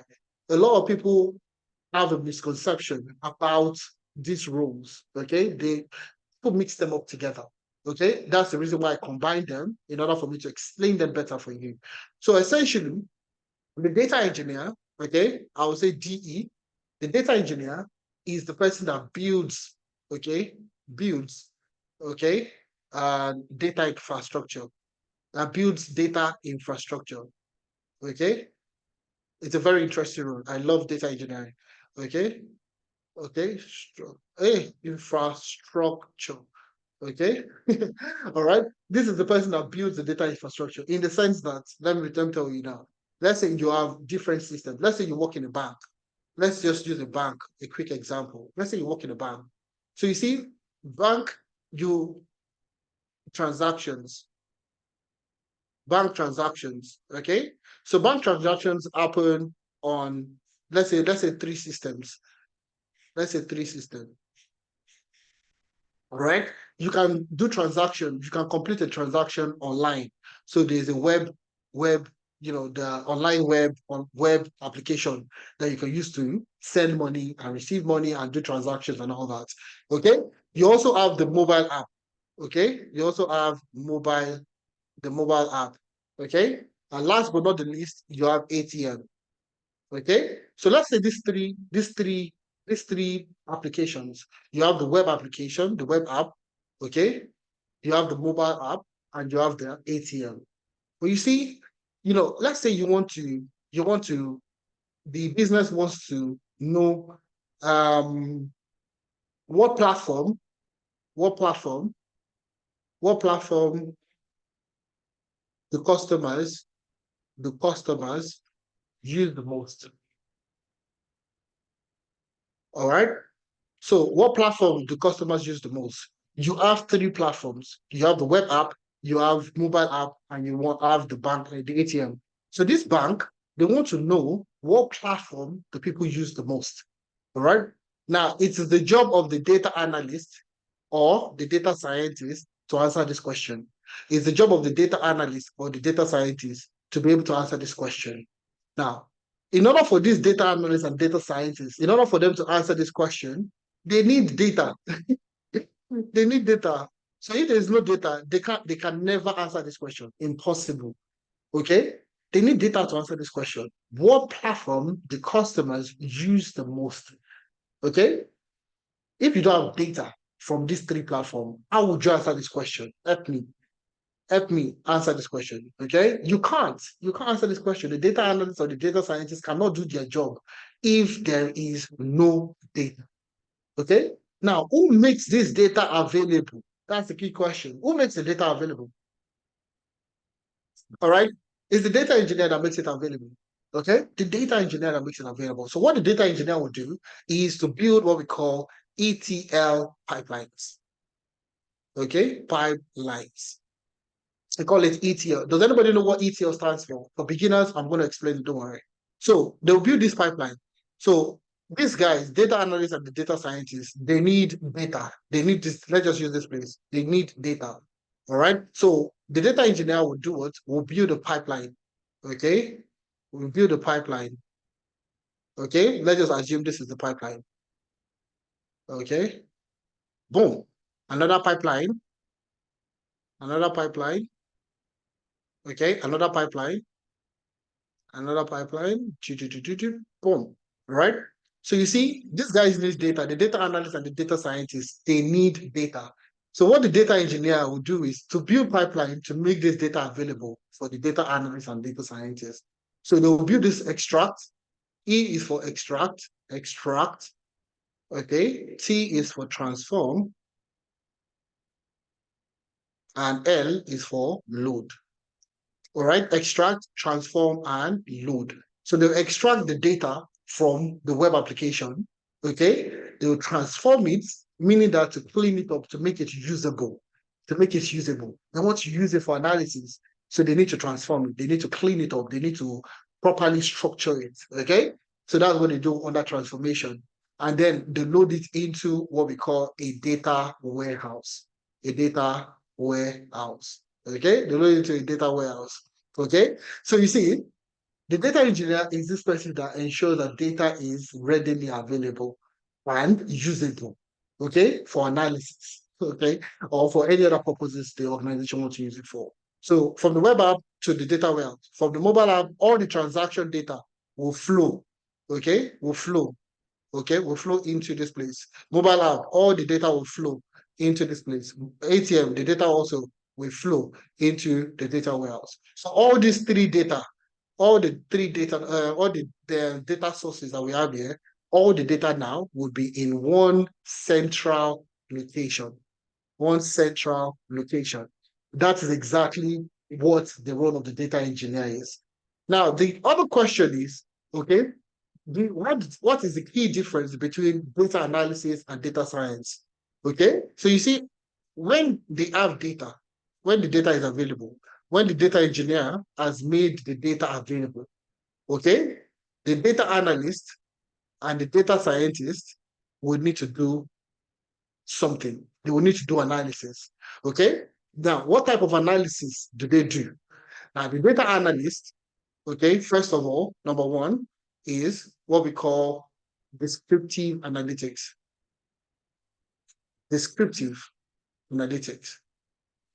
Descriptive analytics.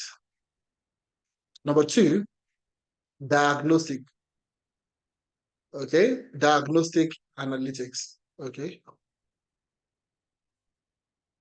diagnostic analytics. And number three is predictive analytics. Now, all of you will be wondering, like, if you man, this is the reason why I don't like tech, all this big English. Well, let me explain it to you. Now, these are the three type of analysis that these guys would do, the data analyst and the data scientist. Now, the first one is descriptive analytics, which is what happened. What happened in the business? What happened? Okay, so you're trying to figure out what happened. The business wants to know what happened. What platform are people sending money the most? How many customers did we generate last month? We want to know what happened last month. What was our revenue for last month? Let me ask you. You don't know. You need data to answer that question. So basically, descriptive analytics, you are just trying to describe an event that happened in the past, something that happened before. You're trying to describe it. That's what you're trying to do with data. So you see, we generated 50,000 customers. That's descriptive analytics. Oh, we made a revenue of 2 million last month. Descriptive analytics. In 2023, we were able to generate a loss of this amount. Descriptive analytics. So anytime you're trying to answer a question, you know that if you're telling a story around what happened, that is what we call descriptive analytics. You're trying to describe an event that happened in the past. All right. The next one is diagnostic analytics, which is why. Why did it happen? Okay. Why did it happen? That's diagnostic analytics. Why did it happen? Okay. Why did it happen? Sorry, my pen is acting up now. Okay. Why did it happen? Okay. So that's the next part you need to talk about. So if you generated 50,000 customers last month, why? How did you generate it? Did you run ads? Was it marketing campaign that you did that led to that increase in customers? You need to know why that particular thing happened. You need to know why that particular thing happened. Now, the next one is predictive analytics, which is what will happen? What will happen? Okay, what will happen? So that is predictive analytics. Okay, what will happen? Okay, that's where they're predicting into the future what will eventually happen. Now, these are the questions that the data analyst will be. These are the answers from the data analyst. These are the questions. These are the things that you need to answer using data. Now, the data analyst will only do two. Okay, which is descriptive, okay, and diagnostic analytics. Okay, diagnostic analytics. So the data analyst will only do two, which is descriptive and diagnostic analytics. Those are the only two the data analyst will do. Those are the only two. So the data analyst would only be needed to tell a story around what happened and why did it happen. Hence the reason why you would be working with Power BI. Tableau, Excel, SQL, okay? Because that's the only thing. You'll be building dashboards that will be telling the story around what happened and why that particular thing happened. So now that you see, you need to be building dashboard. You need to build a lot of dashboard to be able to do it, okay? Now, for the data science, on the other hand, okay, you'll do three of them. You'll do descriptive, you'll do diagnostic, okay, and you do the third one, which is predictive analytics. Predictive analytics. So this is now when you start to do your machine learning to be able to predict into the future. This is where you start to do your statistical modeling, okay, statistical modeling and so on and so forth, okay, in order for you to predict what will happen in the future. So the data scientists will do three of them, will do all three. Okay, whereas the data analyst will only do two, which is descriptive analytics and diagnostic. What happened and why did it happen? The data scientist will do descriptive, diagnostic, and predictive. What happened? Why did it happen? And what will eventually happen? What will eventually happen? Predictive analytics. Okay, so that's that's the difference between data engineering, data science, and data analytics. So that's the key difference between those three roles. So now the key thing is, what do you need to learn to land your desired job within those key areas?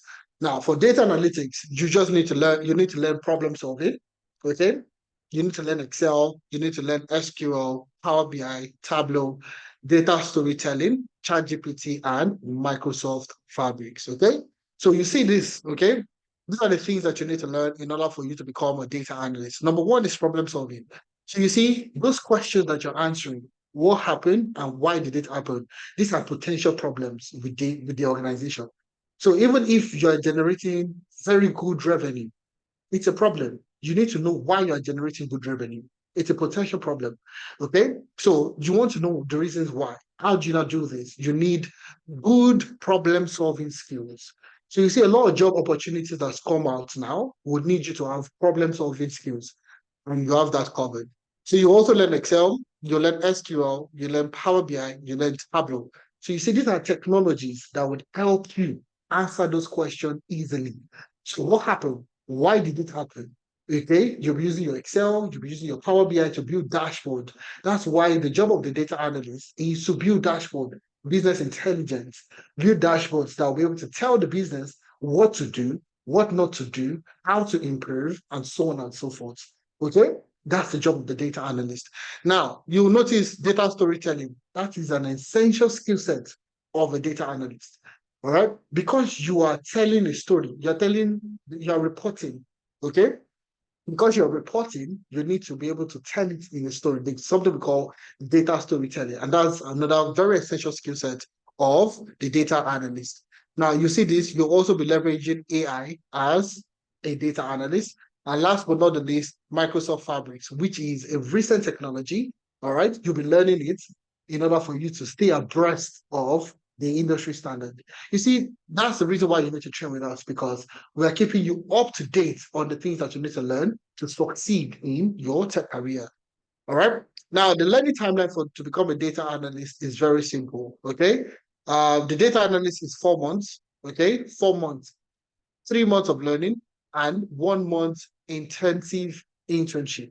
Okay. So you have 1 month, 3 months of learning while you're working on projects, and you have 1 month of internship experience. Now, the timeline for the classes, you'll be having classes just on Saturdays. You have classes just once in a week on Saturday for 3 hours. The timing is the same thing. Saturday session is split between the morning session and the evening session. The morning session tailored for the guys in Africa, the guys in Europe, and so on. That is 11 a.m. to 2 p.m. West African time. And the guys in Canada, US, that would be 10 a.m. to 1 p.m. West African time. 10 a.m. to 1 p.m. Mountain Standard Time. Sorry, 10 a.m. to 1 p.m. Mountain Standard Time for the guys in Canada. Now, on the weekends, you have your Sunday, you have what we call self-paced materials, which we call the Watch Me Do It videos. This will allow you practice better. And that's where you go back to saying the blended training curriculum, in the sense that you're a fast learner, you're a slow learner. What is the best way for you to learn? Okay. That's exactly what we do on Sunday. So we have the Watch Me Do It videos, which allows you to practice better, work on projects, and own your skills a lot more. All right. That's what you do on Sunday. All right. Um, so for data science, it's the same thing. All right. You're going to learn statistics. That's the first thing you need to learn. So you see the learning curriculum for data analytics and data science are entirely different. Okay. Now you go into Excel, Tableau, and SQL. Okay, so you learn Excel, you learn Tableau, and you learn SQL. So you're not learning these tools like the data analyst. You learn what the data analyst can do, but you do a tad bit more, which is what we call forecasting and predictive analytics. So you'll be able to use Excel to do predictive analytics. You'll be able to use Tableau for predictive analytics. And SQL, obviously, SQL doesn't have predictive features in them. When you learn SQL, just the same way a data analyst will learn SQL. All right. So you learn Excel and Tableau for descriptive, diagnostic, and predictive analytics. Okay? Then you move into Python. So you'll work with Python programming language, exploratory data analysis, machine learning, computer vision, GitHub for version control. You also get to work with AI tools. So you're going to be working with more AI tools. You'll be working with ChatGPT and GitHub Copilot for coding. All right. And last but not the least, you would also be working with Microsoft Fabrics. These are recent technologies that I talk about that are, that will likely take over in the next couple of months. Okay. Before the end of the year, early next year, Microsoft Fabrics will be the go-to tool. And we're teaching you already to stay ahead of the job market. Okay. So those are the things you need to learn in order for you to get started in data science. Python, machine learning, computer vision, natural language processing, all that will be covered in the curriculum. Okay, now the learning timeline is very similar to the data analyst.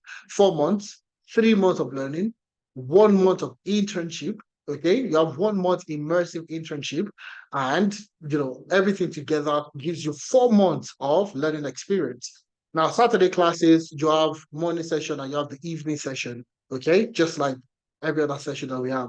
The morning session is tailored for the guys in Europe and Africa. That is 11 a.m. to 2 p.m. West African time. And the evening session, 6 p.m. to 9 p.m., which is 10 a.m. to 1 p.m. Mountain Standard Time for the guys in Canada and the US, okay? And you also get the self-paced material, watch me do it videos that allow you to practice and own your skills a lot more. Now, data engineering, on the other hand, also very extensive. Okay, you start from that beginner level, introduction to data engineering. You go into SQL, you go into Python, you also learn Linux, you learn how to build custom ETL pipelines. All right, you learn how to extract data from a database, you learn how to extract data from APIs, you also learn web scraping and so much more. You also learn Apache Spark, PySpark, Apache Airflow for data pipeline automation. You will learn AWS cloud engineering. In the same vein, you would also work on projects in GCP, all right, which is Google Cloud Platform. You would also work with projects in Azure, all right? So you are getting a full-on experience across all 3 cloud platforms, okay? Version control using GitHub, you would also learn it. And ChatGPT, which is AI for analytics, you would also get to work with ChatGPT and GitHub Copilot as a data engineer. Okay. So this is the extensive material you go through for the data engineering program. All right. Now, the data engineering training program is a lot different. It's a little bit different. This is for 5 months. Okay.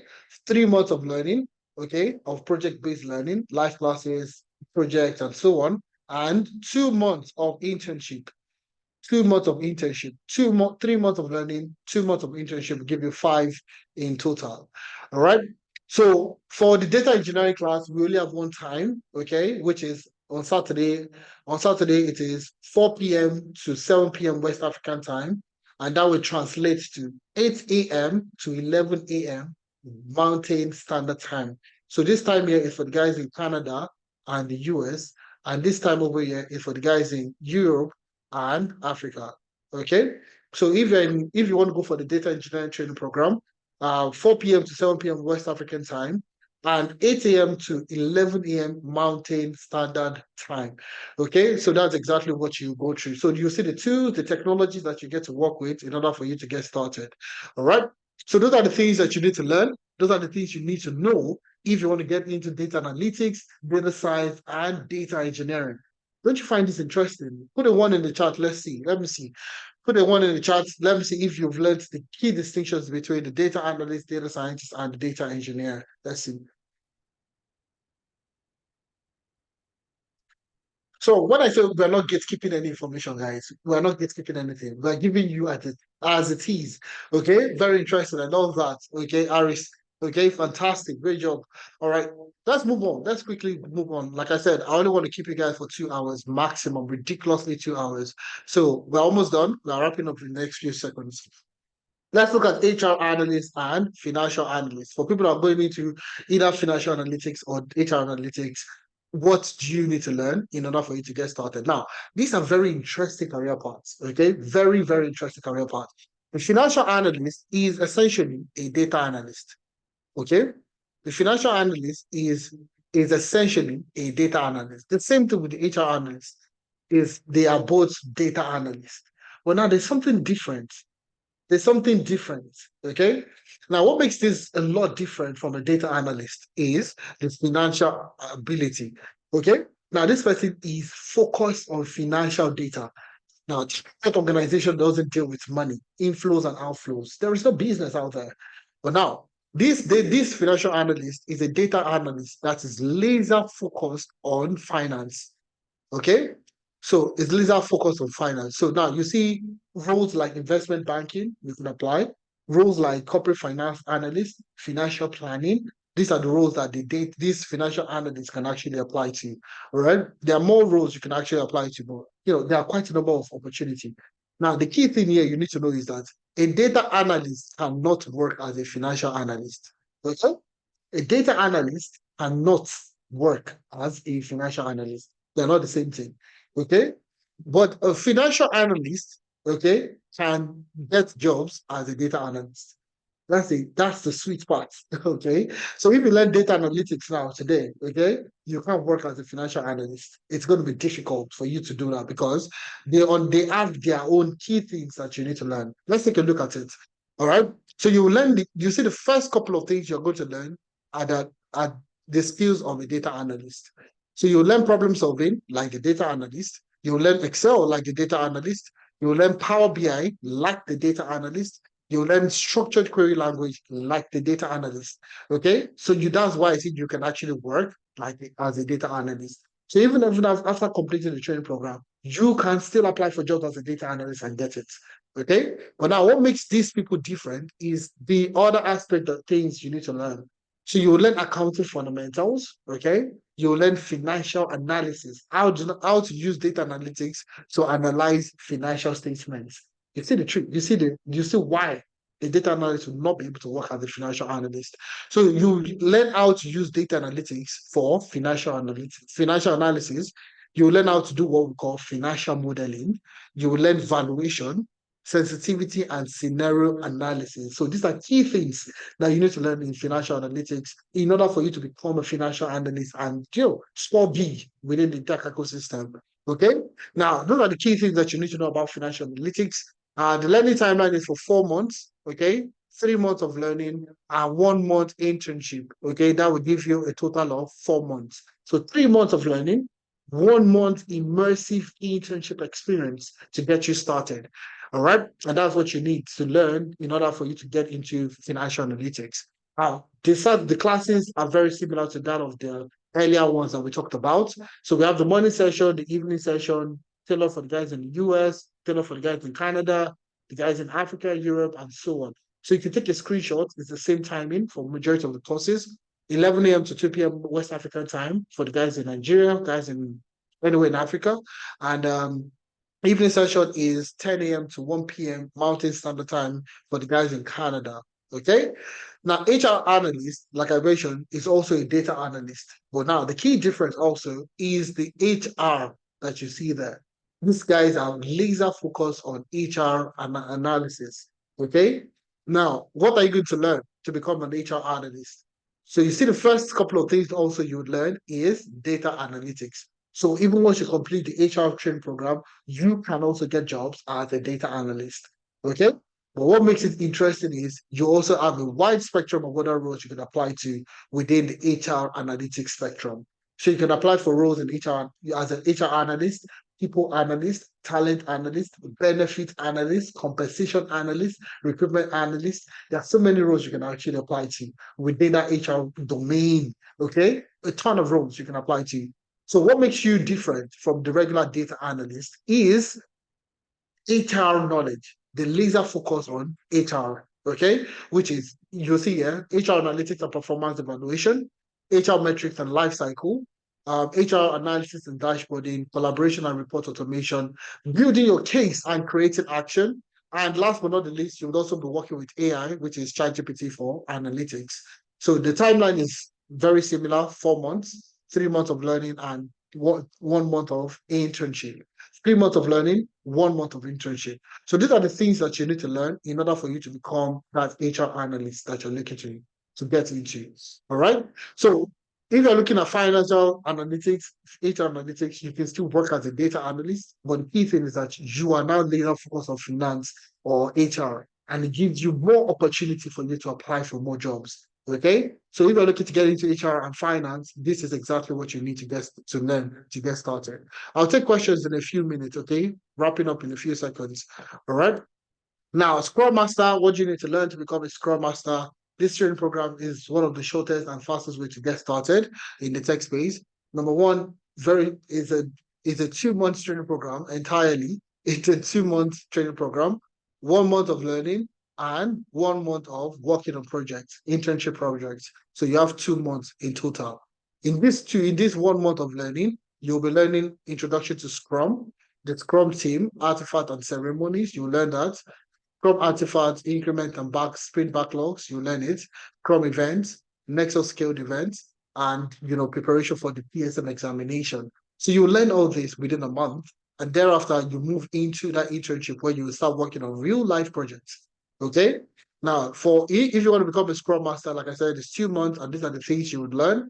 Now, the Saturday live classes we only have for West African time, which is 11 a.m. to 2 p.m. West African time, so which would be good for the guys in Europe and Africa. And for Sunday, afternoon classes is 2 p.m. to 5 p.m. West African time.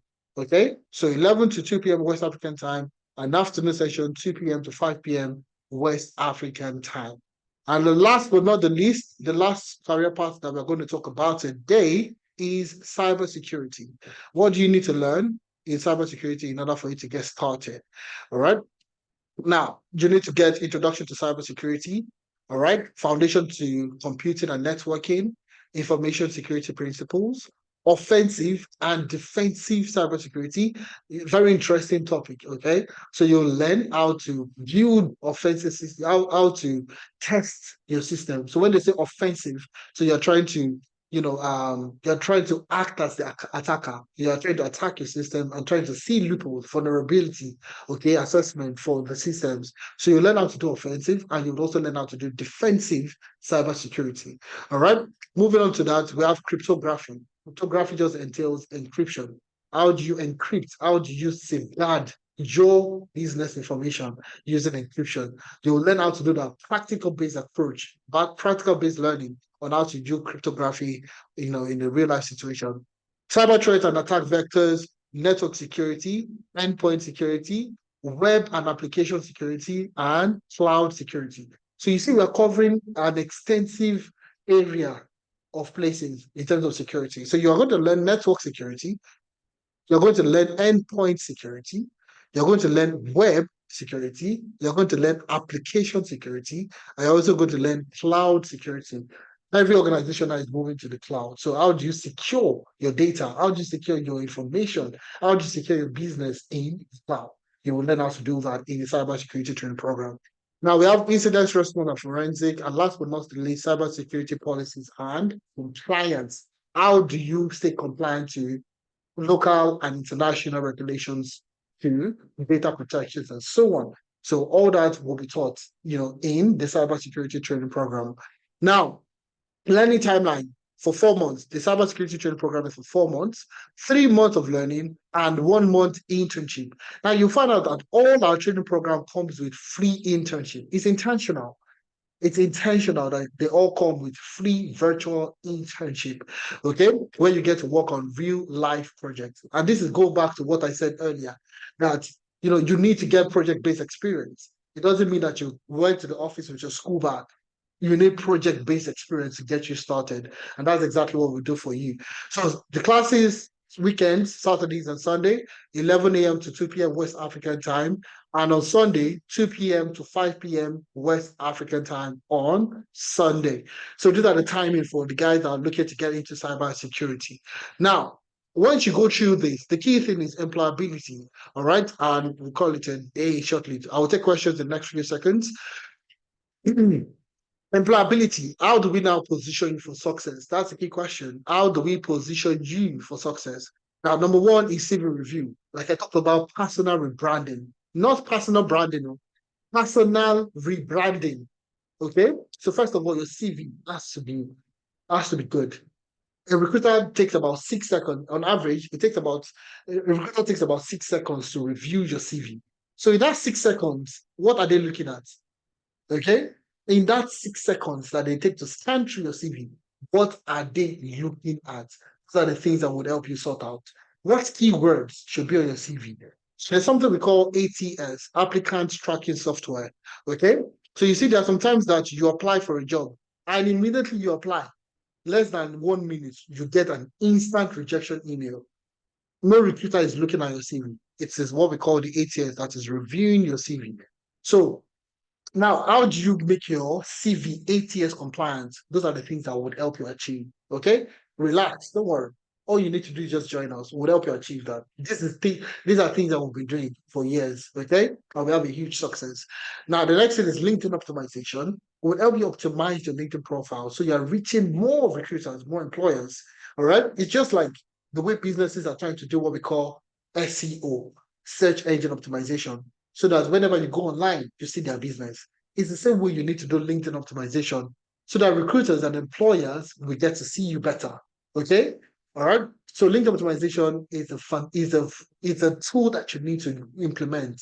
Just late last year, one of our participants never used to get a job in the UK, never. And yeah, it was even heading towards his visa expiration. Okay. Went through the training program, did LinkedIn optimization.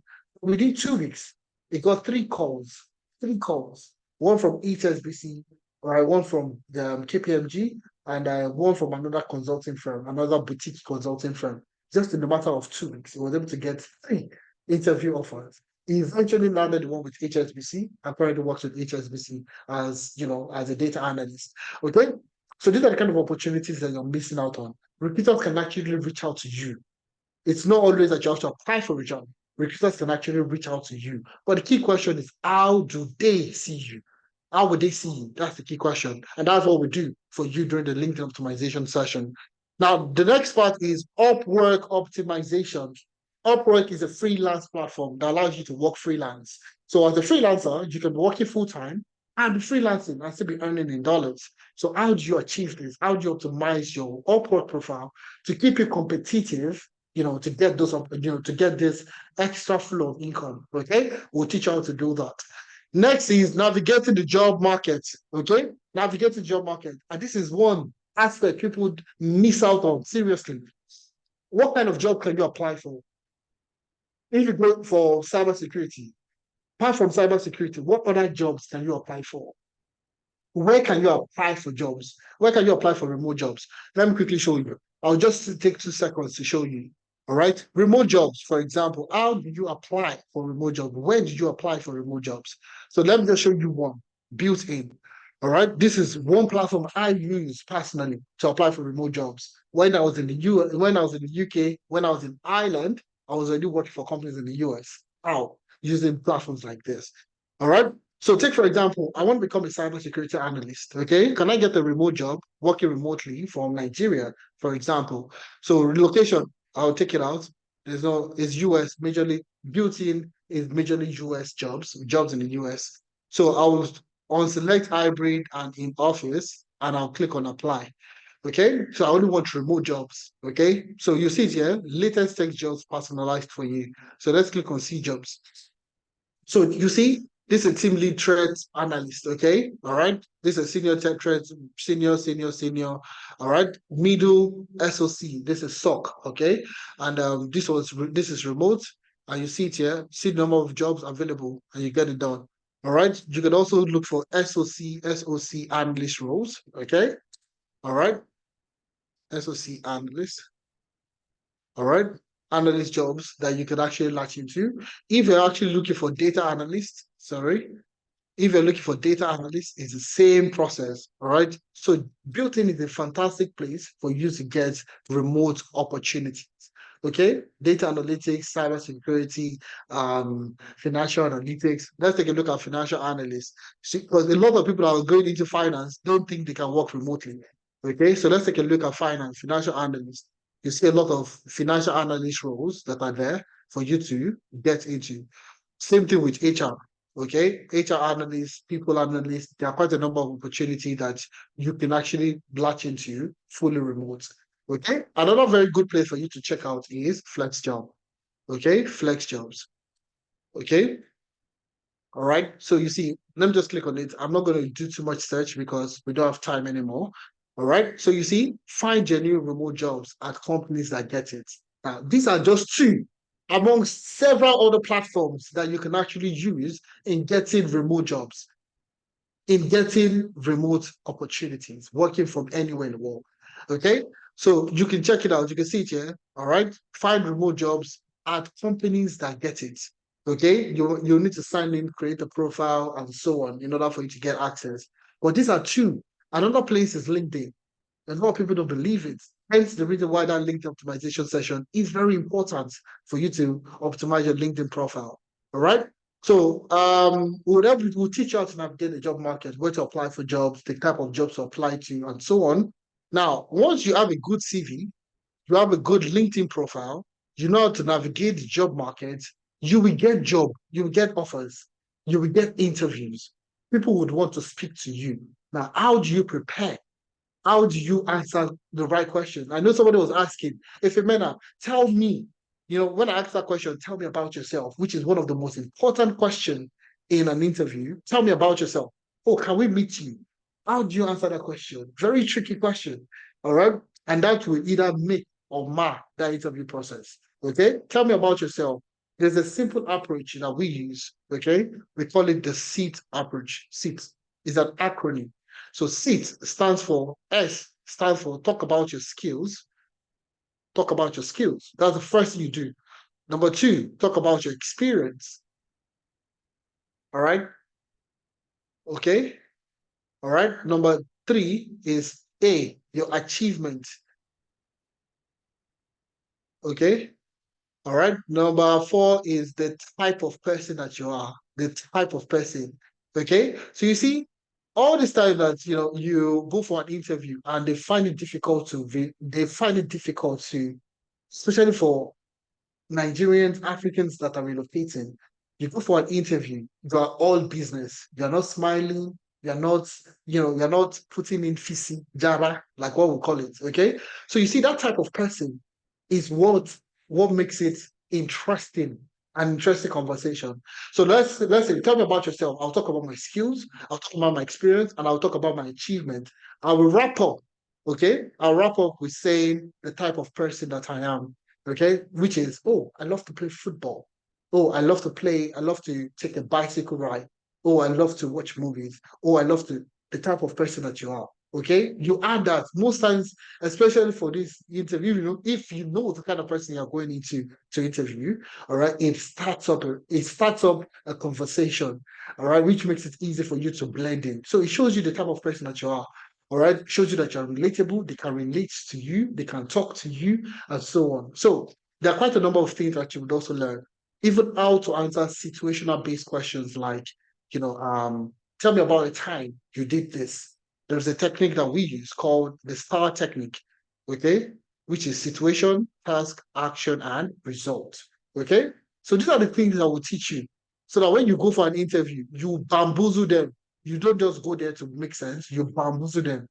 All right. And that's why we have so much success in helping people transition into the tech space. So this approach is, how do we prepare you for the interview? That's where we come in. We prepare you, we teach you, we tell you potential questions that will likely come up, okay, in order for you to prepare better, okay? And last but not the least, recommendation letter, which will go a long way for you looking to get in a job. All right. Majority of you are coming from that teaching background, care background, medical space, whatever it is. You can't use that experience in getting a job. Okay. So what do you need? You need a company that will stand in for you. And that's where we would write you a recommendation letter, we'll write you a reference letter, and so on. Okay. Now, level two, weekly mentorship sessions. This is part of the thing we talked about. You need mentorship. We'll provide that for you. Last but not the least, on the job support. So you see, the key thing for you to start, to be honest with you, the only thing that is left for you is to start learning. Every support that you need, any support that you need. See, all the support that we have listed out from the beginning, from learning to identify your skills, to mentorship, to networking, to everything is provided for you. The only thing that you need to do, start on the job support. So even if you are scared that if I get this job, will I be able to do it? We have on the job support. We'll provide you with support. All right. Training wheels to keep you running for the first couple of months when you start the training program, when you start the job that you've gotten. So you really don't need much. The key thing is just for you to start. All the support that you need will be guaranteed, will be available for you. All right. Now, moving on to the next thing, which is, what I usually wrap up with. It always seems impossible until it is done. Okay. It always seems impossible until it is done. Just to share another set of experience of our participants have gone on to get jobs. Okay. With no prior experience, no prior skills, whatever. All right. We have Biola was an accountant and he transitioned into a data analyst after completing the data analytics course. His video is here. I'll play his video. Also based, I think it's based in the UK. Currently works with one of the financial giants in the UK. Olugbemi got from banker in Nigeria, okay, got a job as a business data analyst in Canada. From being a banker in Nigeria to becoming a business data analyst in Canada. Okay. What's Michael? Michael also got a job as a data engineer, as a sales engineer with one of the top software companies in the UK. His video is also there. Muhyiddin got a job from Nigeria, currently works for BBX in the UK remotely. Muhyiddin is in Nigeria and he works for a company in the US, earns in pounds. Okay, do you understand? All right. And I was able to do that after completing the training program, okay, our training program. And these are the things that you need. And you see there, links to the videos there. Links are there for you to listen. All right. Which of these guys would you want to listen to? Let me just quickly play it. I'll just play one person's video. You'll get access to it. I just want you to listen to one person. Which of them would you like to listen to? Let's say the data engineer, because I've not played anything listening to data engineer. Okay. Okay, let's just Biola, somebody said Biola. Let me take the first person just because of time. Okay, let me click Biola. Give me a second, it's coming up on my screen. These next 5 years might be the Sorry, give it a second. Let me skip the ad. Okay, boom. To ask you to unmute yourself. You can also put on your video and let's get to hear your own Tenalytics. Hello, Adiza. Hello, everyone. Good evening. Hi, Biola. Seems like you're out. Let me stop sharing. Ian already told me that I'll speak. So I want to appreciate you especially for all you're doing. And for those who are listening this night, I want to tell you that I'm a living testimony to all you've been hearing since. I'm an accountant in Nigeria, and I wanted to be a better person on the job. I want to be someone that you can always look up to and be better than my peers. So I enrolled for data analytics cohort in September. Even before September, I've joined series of your master classes and I enjoyed it, and I've referred people. But it will be better for me to at least let me be a better person on, even if you have maybe like 5 of my type of person on the same job role. I want to be that distinct person. So that's one of the reasons why I enrolled for the program in September. And lo and behold, I got job interviews. I think after September, maybe no, October 30 to be precise. And that was my second job interview in the UK. The very first one was a mess. You understand?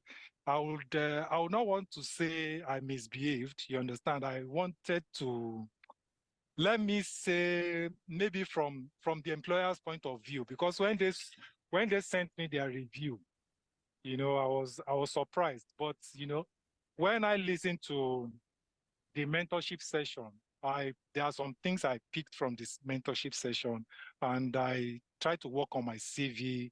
I reviewed my CV, used the right format, and I sent it on Indeed and some other job, you know, databases here. And before you know it, people were calling me. But I did something. I saw a recruiter and I called him that I just finished postgraduate studies and I would like to even, you know, maybe get an opportunity to just showcase myself. And he was like, okay, what's your visa tenure? I said, my visa expires in January, but you can give it a try. Just let me send my CV. He said, oh, you have limited time. Okay, send your CV. Let me just have a look at it. The following day, he called me, said, oh, you have an impressive CV. Let us give it a try. You have only 4 months to expiration of your CV, but let's just give it a try. And before you know it, he said, okay, this company will be willing to employ you. The pay is between 38,000 and 40,000 pounds. And that I should disregard the fact that maybe I was a senior person when I was in Nigeria. This is a new terrain. In Nigeria, because I work for an accounting firm, we use IFRS in Nigeria, they use UK GAAP here. So forget your IFRS, join the system. If you're able to prove yourself, maybe in about 6 months, they will upgrade you. So he set me up for an interview himself. I was able to impress him. Then the next stage, they brought 2 managers from Baker Tilly International to interview me. And you know, it was like I was lecturing them, actually, you understand? So, but thereafter, I learned something in the mentorship session, because most times when we go for interview, we don't want to ask questions. Do you have any questions for us? They say, no, I'll be fine.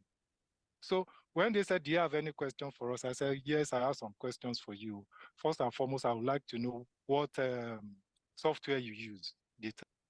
All right, sorry guys. I know. I said 2 hours. I'm short of time already. But the key thing is, these are people also just like you that had no experience in tech and are going ahead to get their jobs within the tech space.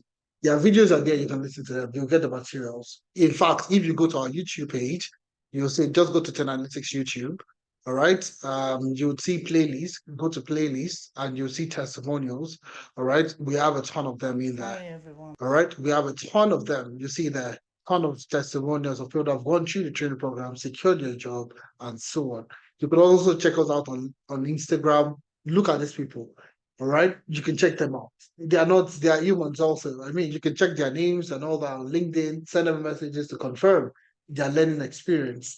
You would see exactly what they're saying. And you see how mentorship has played a huge role in people securing their job. All right. So it's beyond the technical. Anybody can learn technical, but you being employable that's the key factor you need to change. And that's what we bring to bear for you to ensure that you get what you're looking for. So the key theme here is, guys, starts. The training program is starting next month. We have a training program starting on the 8th of June, 2024. All right. And like I said, we have a special offer for people that wait to the end of the session. A special offer for you that wait to the end of the session. So now, if you're going into business analysis, data analytics, data science, data engineering, cybersecurity, HR analytics, and financial analytics. If you're going into any of these 7 career paths, we have a 20% discount currently running on, for the, what they call it, the early bird discount. So rather than you paying the full amount for the training program, so the training program ideally should be $750, £625, 730 euros, or 1,125 Canadian dollars, or 900,000 naira, you can actually get it discounted by 20%. So you being on the call today, you have access to, you have that free, 20% discount. So rather than paying 750, you can pay $600, £500 if you're in the UK or anywhere in Europe. You could also pay in what do you call it? You could also pay 580 euros if you're in euros, Canadian dollars, 900 Canadian dollars, or 720,000 naira discounted. Now, the beauty about the discount also is you can pay in installments. You don't have to pay it all at once. You can actually pay in installments. Now, with installment payments, okay, you don't have to pay the $600 at once. Okay, you can actually pay 400 now to secure your discount, to secure your position, to secure your sports.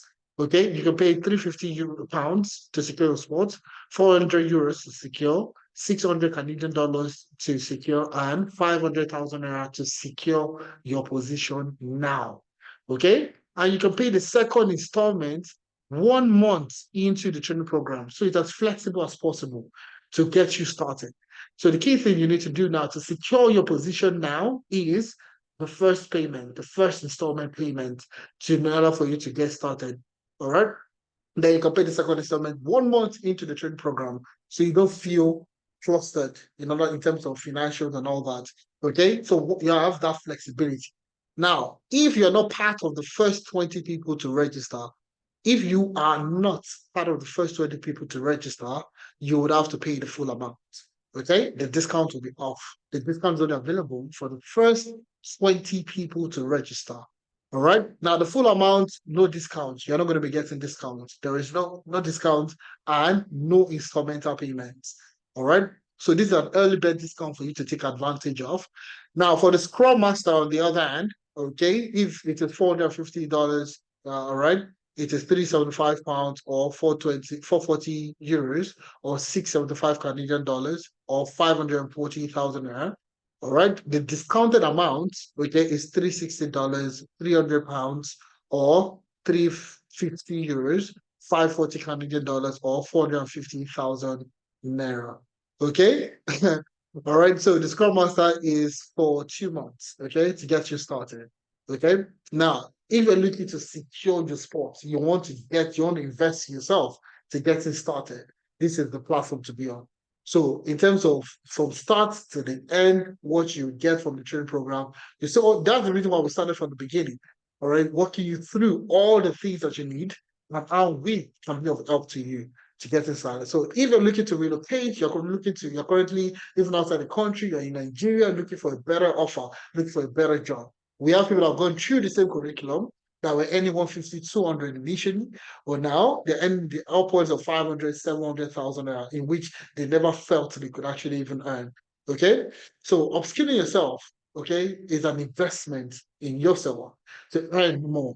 Okay, so even if you're in Nigeria, you're in Ghana, you're in Cameroon, you're in South Africa, you're in Kenya, it really doesn't matter. It would help you in getting started in your tech career.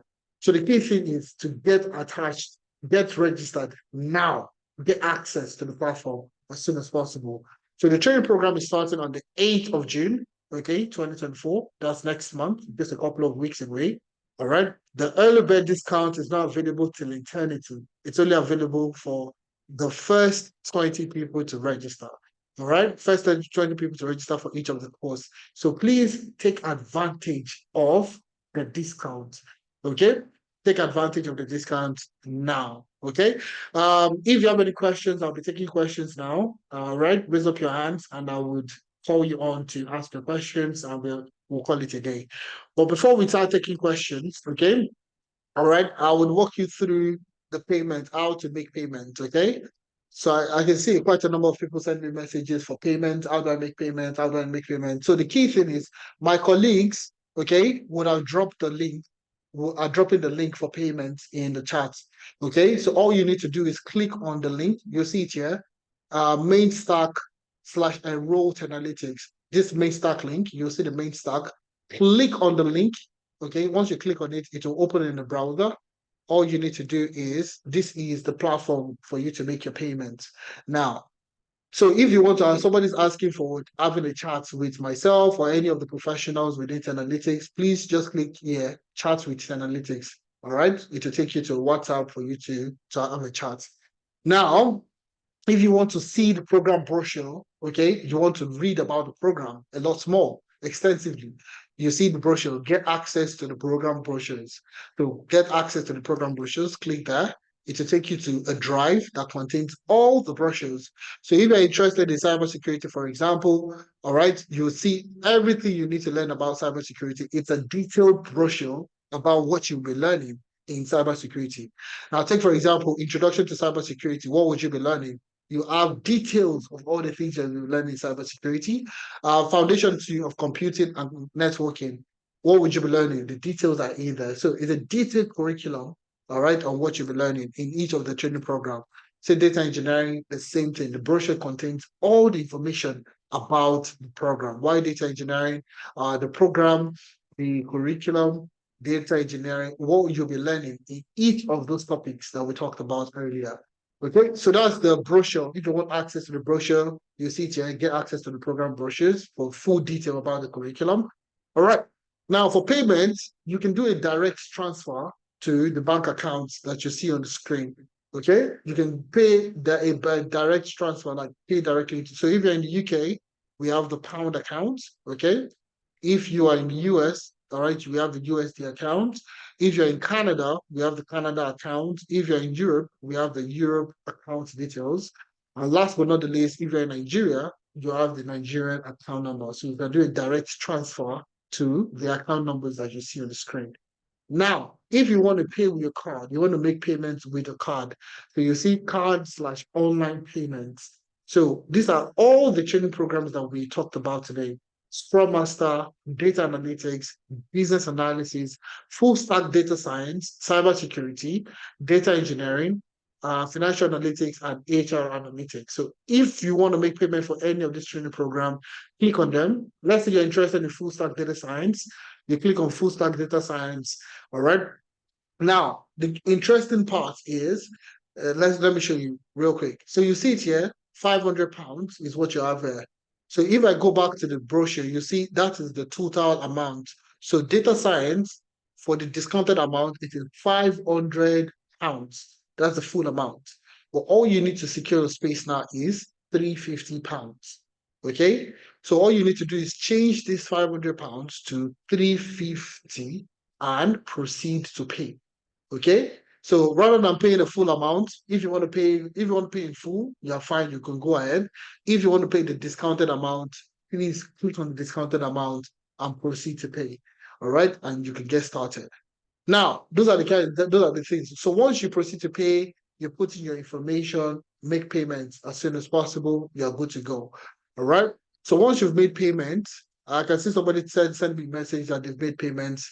Don't send me the screenshots of your payment receipts. Please don't send the screenshot to me. All right. All you need to do is upload it.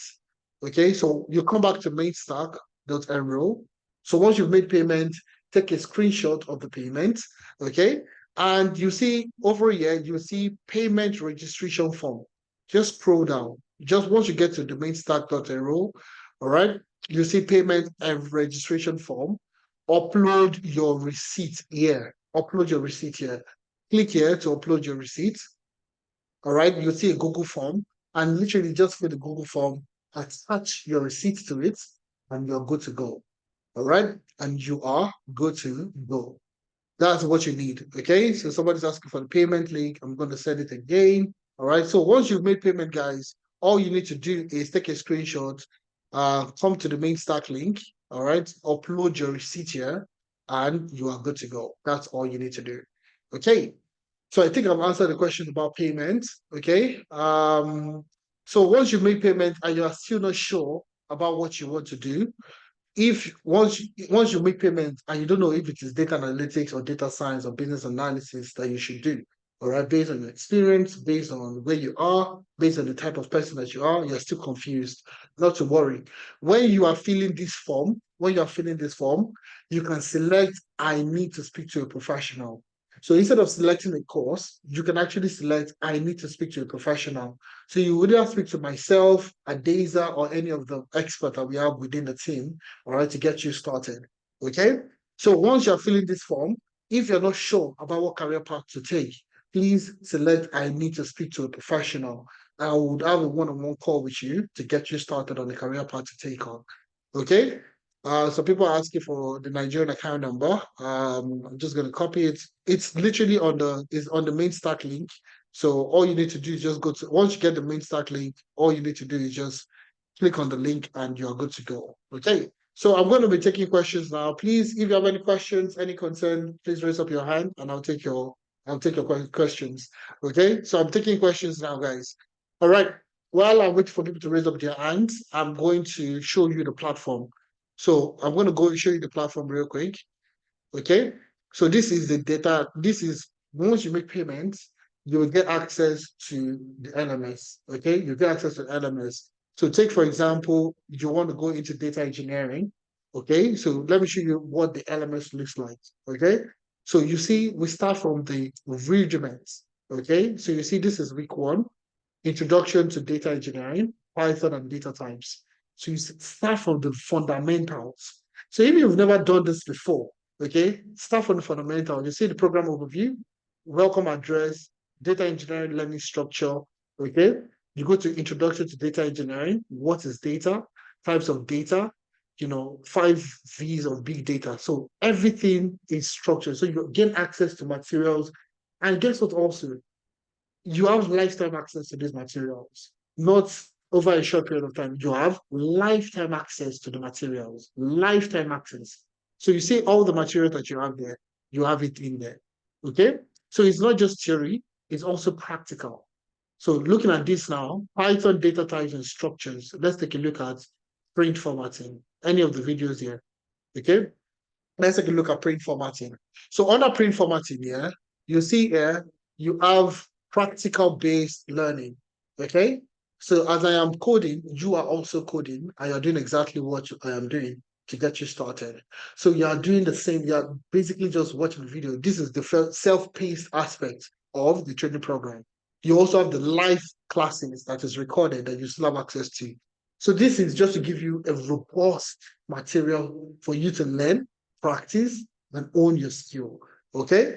So you see, everything is project based from Python to SQL and everything. So you see it here for SQL, you have 2 case studies that you're going to be working with. This is data engineering. You have Metro Bank case study and you have Bonga e-commerce SQL case study. So these are the experiences. You're getting experiences from the banking sector, you're getting experience from the e-commerce, you're getting experience from different aspects. Okay, so take a look at the, already the week 3 is locked at the moment because I'm not continue watching the video. So if I continue watching, everything will get unlocked. Okay, so that's basically what the access you get, materials you get access to. So from top to bottom, okay, Azure for cloud engineering, Google Cloud Engineering, end-to-end projects in data engineering, everything is there. And that's what you get for all the training programs that you are interested in. So even if you're interested, let's take a look at let's say the likes of financial analytics, for example. I can't do all the courses here. So you see it here, week 1, Microsoft Excel, Excel for data analytics, you move into dashboarding with Excel, you move in getting started with Power BI, and those are the things, that's the way you continue to learn. So you have lifetime access to the elements, to the learning management system. Okay. Now, with that, you also have access to the Google Classroom, okay? So the Google Classroom, I'm going to show you that in a second. All right, you also have access to the Google Classroom, which stores all the materials that you use for the course, okay? So take, for example, you're interested in business analysis, okay? So you would have access to, let me just do business analysis. I've not talked about business analysis.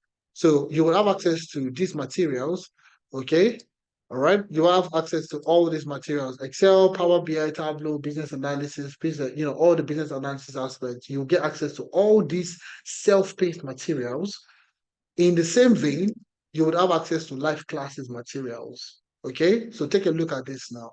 All right, so you see, this is their Excel class 1, their first live class.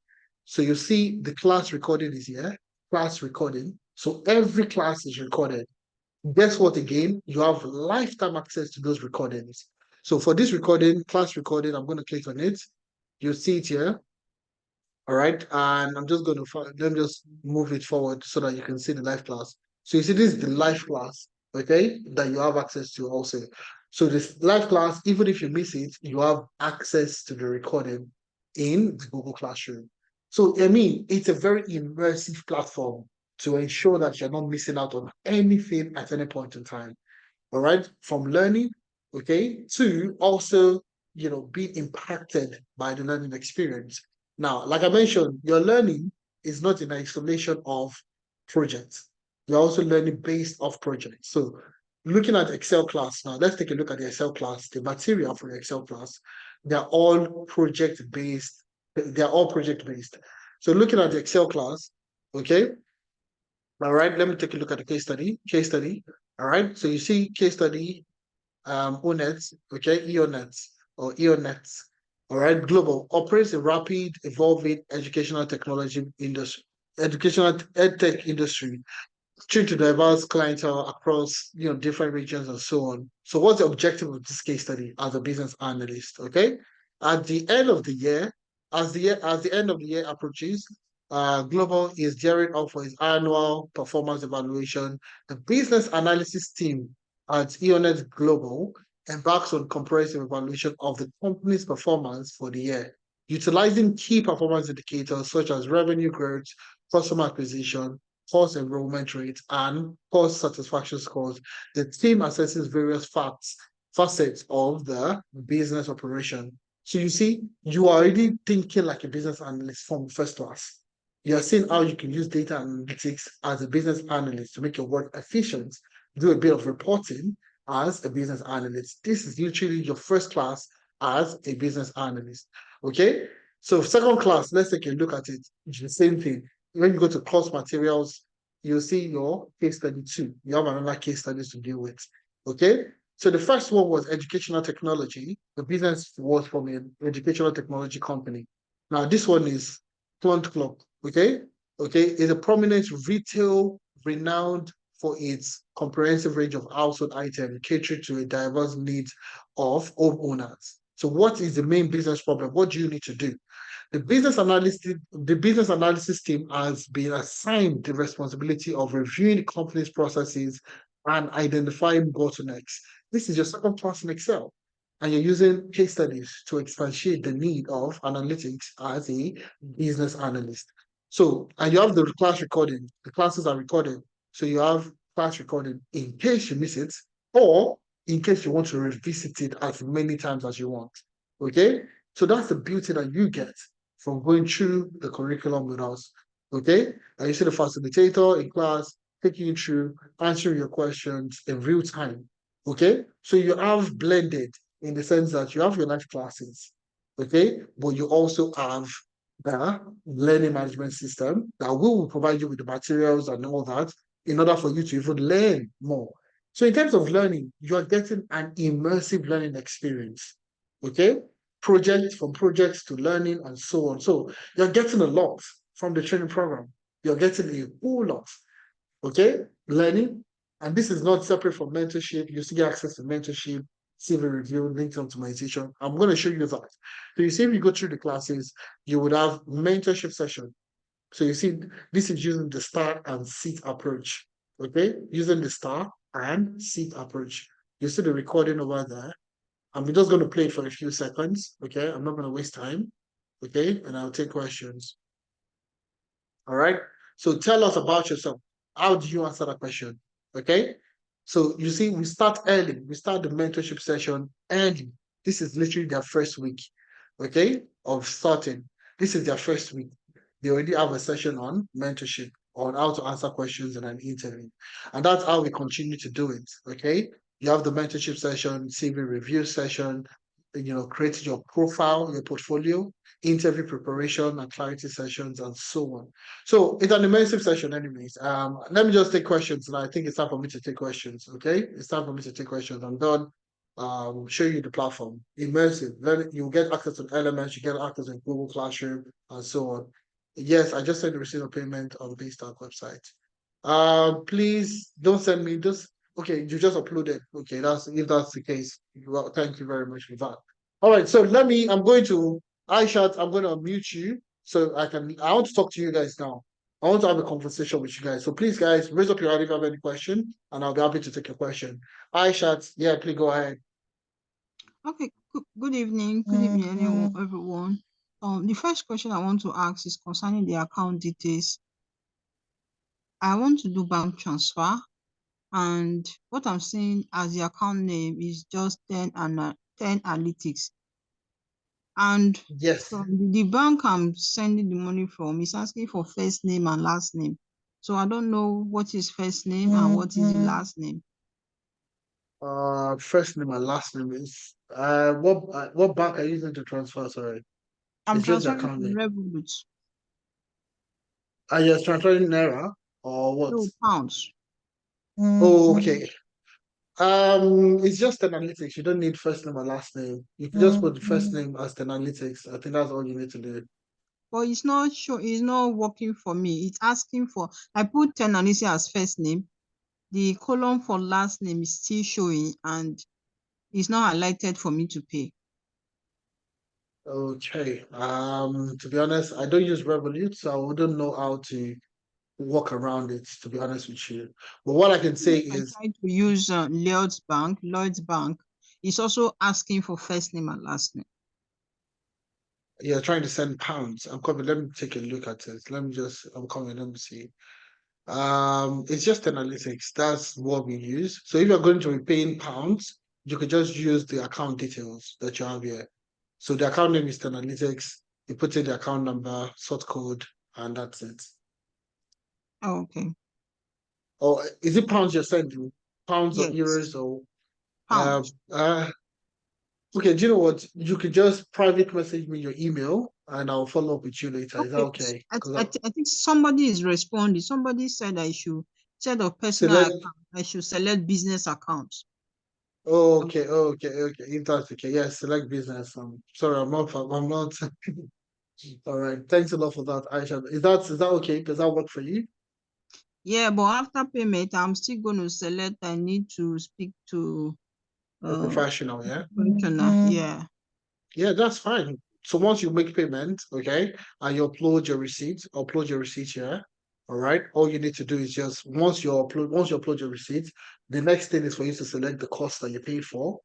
Don't select any cost. You'll see an option for I need to speak to a professional. Click on that and we'll reach out to you. Is that okay?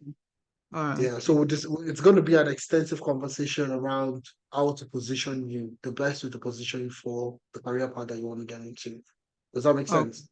All right. Yeah, Thank don't you. worry. We got you. Once you're in, don't worry. You can request for anything at any point in time. We'll help you I assist have a you. friend that I have more than 3 people that did training with analytics and they've all gotten jobs. Meanwhile, as I did my own training before them. Don't worry, we got you. Don't worry, we got you. Okay? Don't worry. We have a lot of people like that. Even some of the people that give testimonials. You see, even was it Biola that was giving his testimonial when I played earlier? Was saying the same thing. He said he attended several master classes before he actually made the decision. He joined in September and he got a job in October. Can you imagine? So don't worry. I joined in September last. I did data analysis in September last year. I don't know. Don't worry, it's fine. We'll work with you, get you. Don't worry, we're there with you, okay? So we'll speak to you. Select, I need to speak to a professional. I'll get you started, okay? Is that okay? Yeah, thank you. No problem. Looking forward to having you, Aisha. Thanks, appreciate it. All right, moving. Let me take another person, Razak Oloyede. I think I pronounced that properly. Razak, I'm going to ask you to unmute. Please just unmute your mic and let me have a conversation with you. Razak, okay, well done, Efemina. Okay, can you hear me? Perfectly, yes. Okay, you did a wonderful job. I'm highly impressed. And I have a question. I have two questions. The first one has to do, what's the youngest age have you trained? As in the youngest age you've trained or the youngest age you can train? We've trained a 17-year-old. I think that's 17, 16. Okay. I think he just finished university. Very young. I think that was very young anyway, but I think it was 16 or 17. That's the youngest we've trained. I think he's currently still in the court this year. He's still in the court at the moment. That's fantastic. Then the second one, when I got this notification about this program, I notified my company, and the company is interested in sponsoring, but there'll be a need for a kind of confirmation. I don't know if you can send a kind of cost introduction letter to the company for me. My mind on business. Okay. Yeah, that's fine. Are you there? We work with. Can you Yes. get it? Yes, I got you, but your network is cracking, but I got you. So yes, we can provide you with the information that you need in order to present it to the company. So invoice, whatever document you need, we can provide you with that. We definitely work with companies that are looking to train their employees and all that. So definitely, yeah, 100%. So all you do is I'm going to send you my email, okay, for you to just send me a message. Do you understand? Just send me an email. I'll follow up with you. I'll provide you with all the information that you need. Okay. Okay, Is that that's okay fine. with you? So I can reach out to you through the WhatsApp page or how? I'm going to send you my email now. Okay. All right, I'm going to great. text That'll you. be nice. So check the chat. I've sent you my email. Just send me an email. All right. So I'll provide All you right. with all the information, all the things that you need to get started. Okay. Okay, fantastic. Thank you so much. Please confirm that you've seen my email, please. Just check the chat. You would see my email in there. Okay. All right. Okay, Razak, just give me a thumbs up if you got my email. Okay. Thank you very much. So Nosa, I'm going to ask you to unmute. Okay. Nosa, I'm going to ask you to unmute. All right. Hello, Yes. Mena. Good evening. Yes. Good evening. Yeah, I can really tell that you really know your onions very well. Kudos to you. Great job. Thank you. Yeah. Also. So my questions are as a financial analyst, can you work as a business intelligence analyst? All right, fantastic question. And the answer is a simple yes. Okay, it's a simple yes. And the reason why I'm saying that, the reason why I'm saying yes is simple. The financial analyst, you are going to learn data analytics like a data analyst. So you learn Excel, you learn Tableau, you learn Power BI, you learn SQL. And those are the key skills that you need for business intelligence. So if you look at business intelligence, Power BI, Tableau, SQL, those are like the essential skills that you need to have. So you will learn all that as a financial analyst. The additional stuff that you're learning is finance, which is now where you start to learn financial analytics, financial modeling, you start to learn sensitivity, evaluation, and so on. So those are the things that the data analyst can never do. Okay. All right. But the financial analyst, you'll be able to do that inclusive of data analytics, business intelligence, and so on. Does that make sense? Okay. So yeah, it does. So I also want to find out, is there a way you can, have a blend of, Scrum Master and data analysis? Considering the fact that I have done Scrum before, though I've not gotten anything in terms of, job, and I'm not interested in data analysis.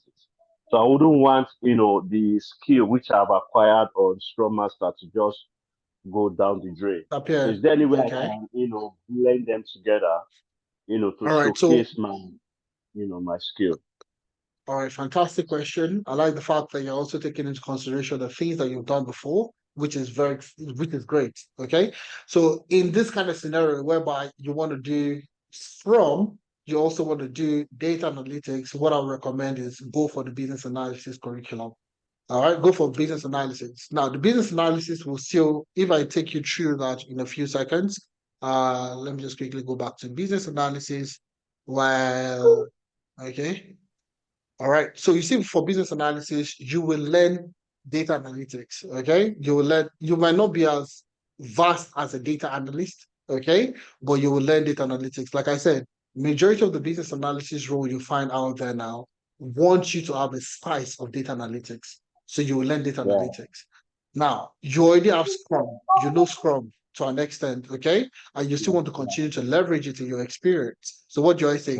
So you see, the business analyst is also going to learn Agile and Scrum for projects. Okay. Obviously, with this, it's not as detailed as you being focused on Scrum as a methodology, but you will learn Agile and Scrum for projects. Okay. Inclusive of so many other things that are already aspect of core business analysis. Now, that's exactly what I would say I would recommend business analysis. So you still learn the analytics that you want to learn. you will learn the Scrum in addition to all the things that will give you an advantage in the job market. So I would say you should go for business analysis anyways. All right? Where's Chef Emena? I appreciate it. Yes.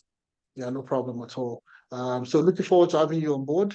Thanks a lot No for that. problem. I think it's a fantastic question, by the way.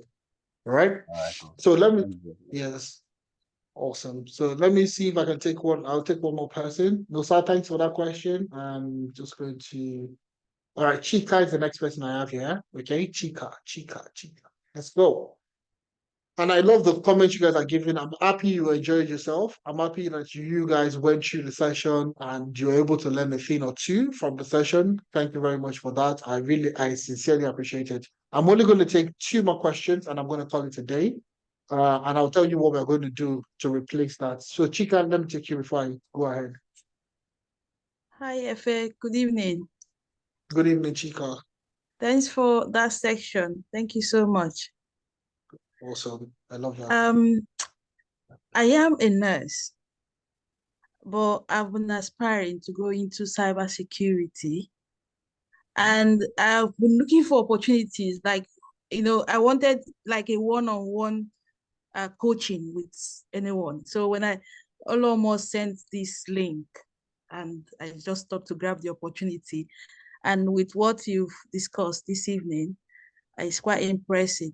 So I'm trying to ask, if I sign up for this master class, will I have access to someone personally? I know it might not be quite easy often for me to have someone coaching me alone on the basis, but will I have access to someone who would look after me? 100%. I'm going to show you. Seeing is believing, correct, Chika?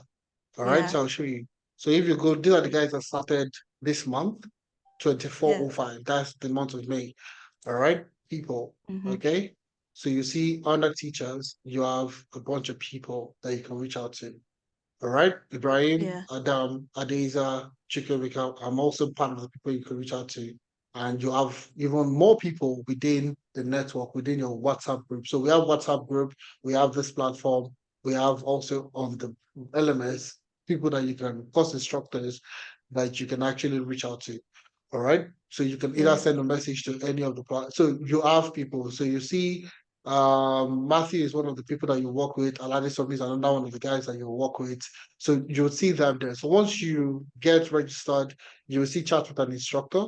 All right. You can easily send a message to one of the instructors. It opens an email and you can send an email and they get back to you as soon as they can. So either you're on the LMS, give me a second, this is not using why. Okay, either you're on the element, either you're on Google Classroom, you can send messages on the WhatsApp group. We have WhatsApp group for the court, right, to get started, and so on and so forth. So if you're looking to get it started, we have those things in play to ensure that you are not left alone. Does that make sense? Yeah. And one more question.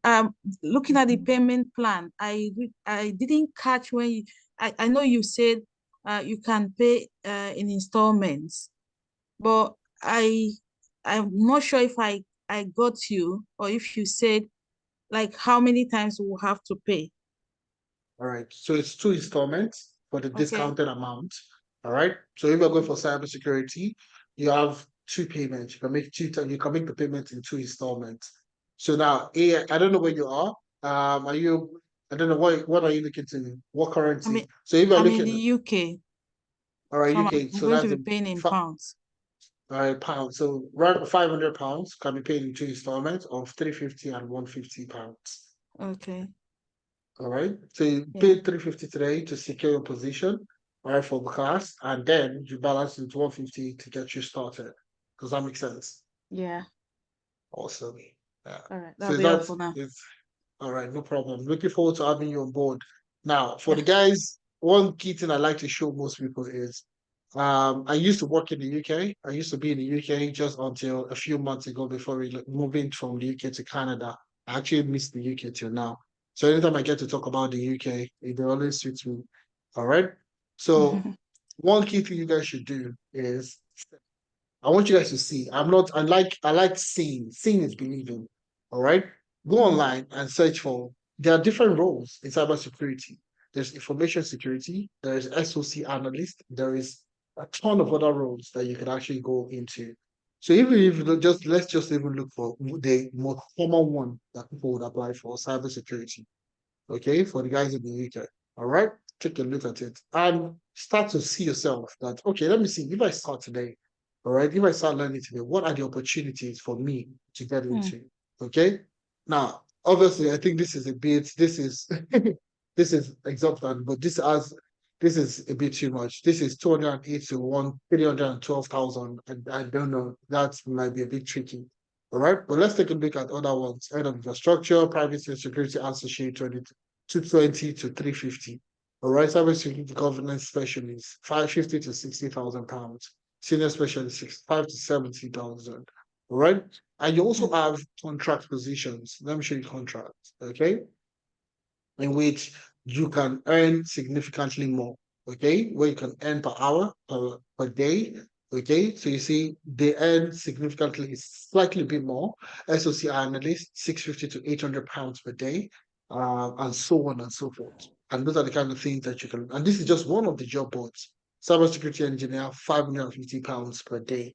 So these are contract roles that you could also start to see yourself in the next couple of months. Maybe not immediately you start, all right, because you want to get a role that you want to learn a little bit, gain hands-on experience, then you can start to build your experience, then get into more technically advanced roles. Okay, but the key thing here is starting. Okay, it might seem unsure. A lot of time you're very unsure, but the fact that you're unsure is what makes it a while for you. Okay, get started and build over the next couple of months. Okay, and you see what you're able to achieve. All right. So that's what I have to do. Okay. Thank you so So much. Chika, looking forward to having you on board. I Yeah. appreciate it big time. All right. Thank you very much. All right. So unfortunately, I may not be able to take any other questions. Okay. So what we're going to do is we are going to be having what we call one-on-one sessions. Okay. We're going to be having one-on-one sessions. So any question you want to ask.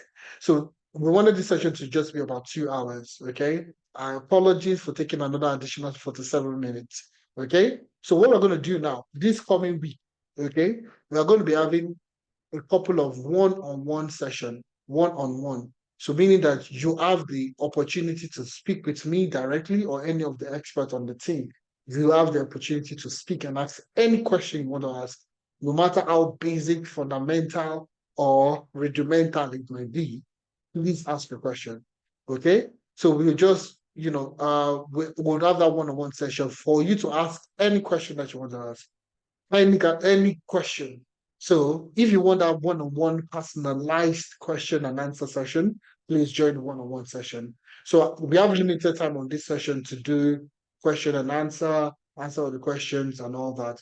But the key thing is we still have you covered with the one-on-one session. So one thing you should need to look at your email. Okay, we'll be sending you an email for the one-on-one session. If you're on the WhatsApp group, we'll also send messages to the WhatsApp group. Okay, so please look out for the WhatsApp group or your email. And please, if you need a one-on-one session for us to speak, please don't hesitate to register. All right, one-on-one means that it's more personalized. You can ask the question and we can provide you with the best answer. Okay, so I'm going to end on this note here. It always seems impossible until it is done. It always seems impossible until it is done. Okay, now we have a ton of testimonials, like I said. People have gone ahead to get jobs. He got a job as a CEO, even though he has a wealth of experience, he had a bit of experience, but was able to get a job of a CEO. And I'll read some of the things that he sent to us, okay? His testimonials to us, all right? He got a job as a CEO of one of the tech companies in Nigeria, Growth Stack, okay? You can Google them. It's a very wonderful, big organization, all right? Ife, namesake, got a job as a business analyst. Also, 3 months after joining us, she was able to secure a role as a business analyst. Natalia got a job as a data engineer. Also got a job as a business analyst. Kelly got a job as, as an R&D specialist, data analyst. And these testimonials are there. I'm going to read just a portion of what Ini said to us. This is Ini that got a job, okay, as a CEO of a tech company. So he said, I'm just going to read this part. See, I owe Tenalytics big time. Let me say that from January 2nd, 2024 to February 2nd, 2024, I have attended more interviews than I have in my entire career life put together. What does that mean? Okay, you can make intuition as that's plain English. Okay, so if you're looking to, it's not about learning technical alone. Employability, that's you having a good CV, LinkedIn profile, awareness. People should be able to see you. The moment people see you, all right, you're likely going to get more offers. All right, and that's what we'll do for you. All right. So you'll see the lengthy stuff he said to us. That's to tell you how he wants to get started. Okay, so if you're looking to get started, guys, you need to do it now, not next month, not next week. Tony got a job as a benefit analyst. Tosi got a job as a fraud analyst in the UK. Logo Baby got a job as a business data analyst. Benga said he has been unemployed. You need to listen to Benga. Very interesting, very, very good testimonial. After being unemployed for 2 years, he's based in Poland. Okay, Poland. So if you, okay, in a place that I think a lot of people don't want to go to because of no opportunities and all that. So he got a job. He actually got 4 offers. Benga got offers. You can listen to it. It's literally, the video is there. It's a YouTube video. Benga talked about how he was unemployed for 2 years, and after going to the training program, he was able to secure 4 offers in Poland. Okay, not in the UK this time around, or Canada or US that we are used to. Poland. You have people that have gotten jobs in Norway, different parts, in UAE, in Dubai, in the US, literally everywhere. All right. So these are the people you see testimonials of the same Nigerians, Africans, Kenyans, and people literally scattered across the world that took that initiative of starting. Okay. And now they are in their desired career paths. They are in that desired career path that you're looking for. Business analyst, data analyst, cybersecurity, so on and so forth. The testimonials are there. So if we do not have testimonials now, you might doubt that we are doing the right thing. But these testimonials are there for you to watch and assimilate and ask questions. So anyways, this is where I'm going to stop, okay? So thank you very much, guys. I really enjoyed myself, and I want to believe you enjoyed yourself. Do you know what I'm going to do? I'm going to stop sharing my screen. All right, because I'm done with the session. Please take advantage of the discount as soon as possible. Don't wait. There's no need for you to wait. Okay. So what I want us to do real quick is I'm going to unmute you. If you had a wonderful time, I want you to unmute yourself and I want you to say yeah. Okay. I want you to say yeah. Give me a second. I'm going to give you permission to unmute yourself now. Okay. I want to hear from you, yeah. If you had a wonderful time, guys, I want you to unmute yourself and say, yeah.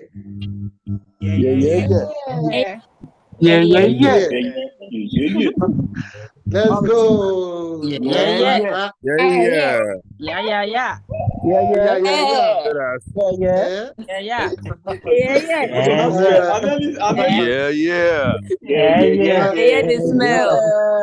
I love you guys. You guys are awesome, man. You guys did a great. I love you. Honestly, speaking, I've facilitated so many classes, so many sessions. You guys are very interactive. You guys are awesome. You guys made the session even made it more interesting for me facilitating. So I really appreciate that. And those are the kind of things that we work together to ensure that you get. Okay. So looking forward to having you guys on board. If you still have your doubts and you need clarifications to some of the things that you need to get started, please join the one-on-one session. Ask your question. Okay, ask as much questions as you want. Okay, come on board. We're happy to take you on, and thank you very much for taking our time to listen to us today. Bye for now, everyone, and have a wonderful day ahead, guys. Bye.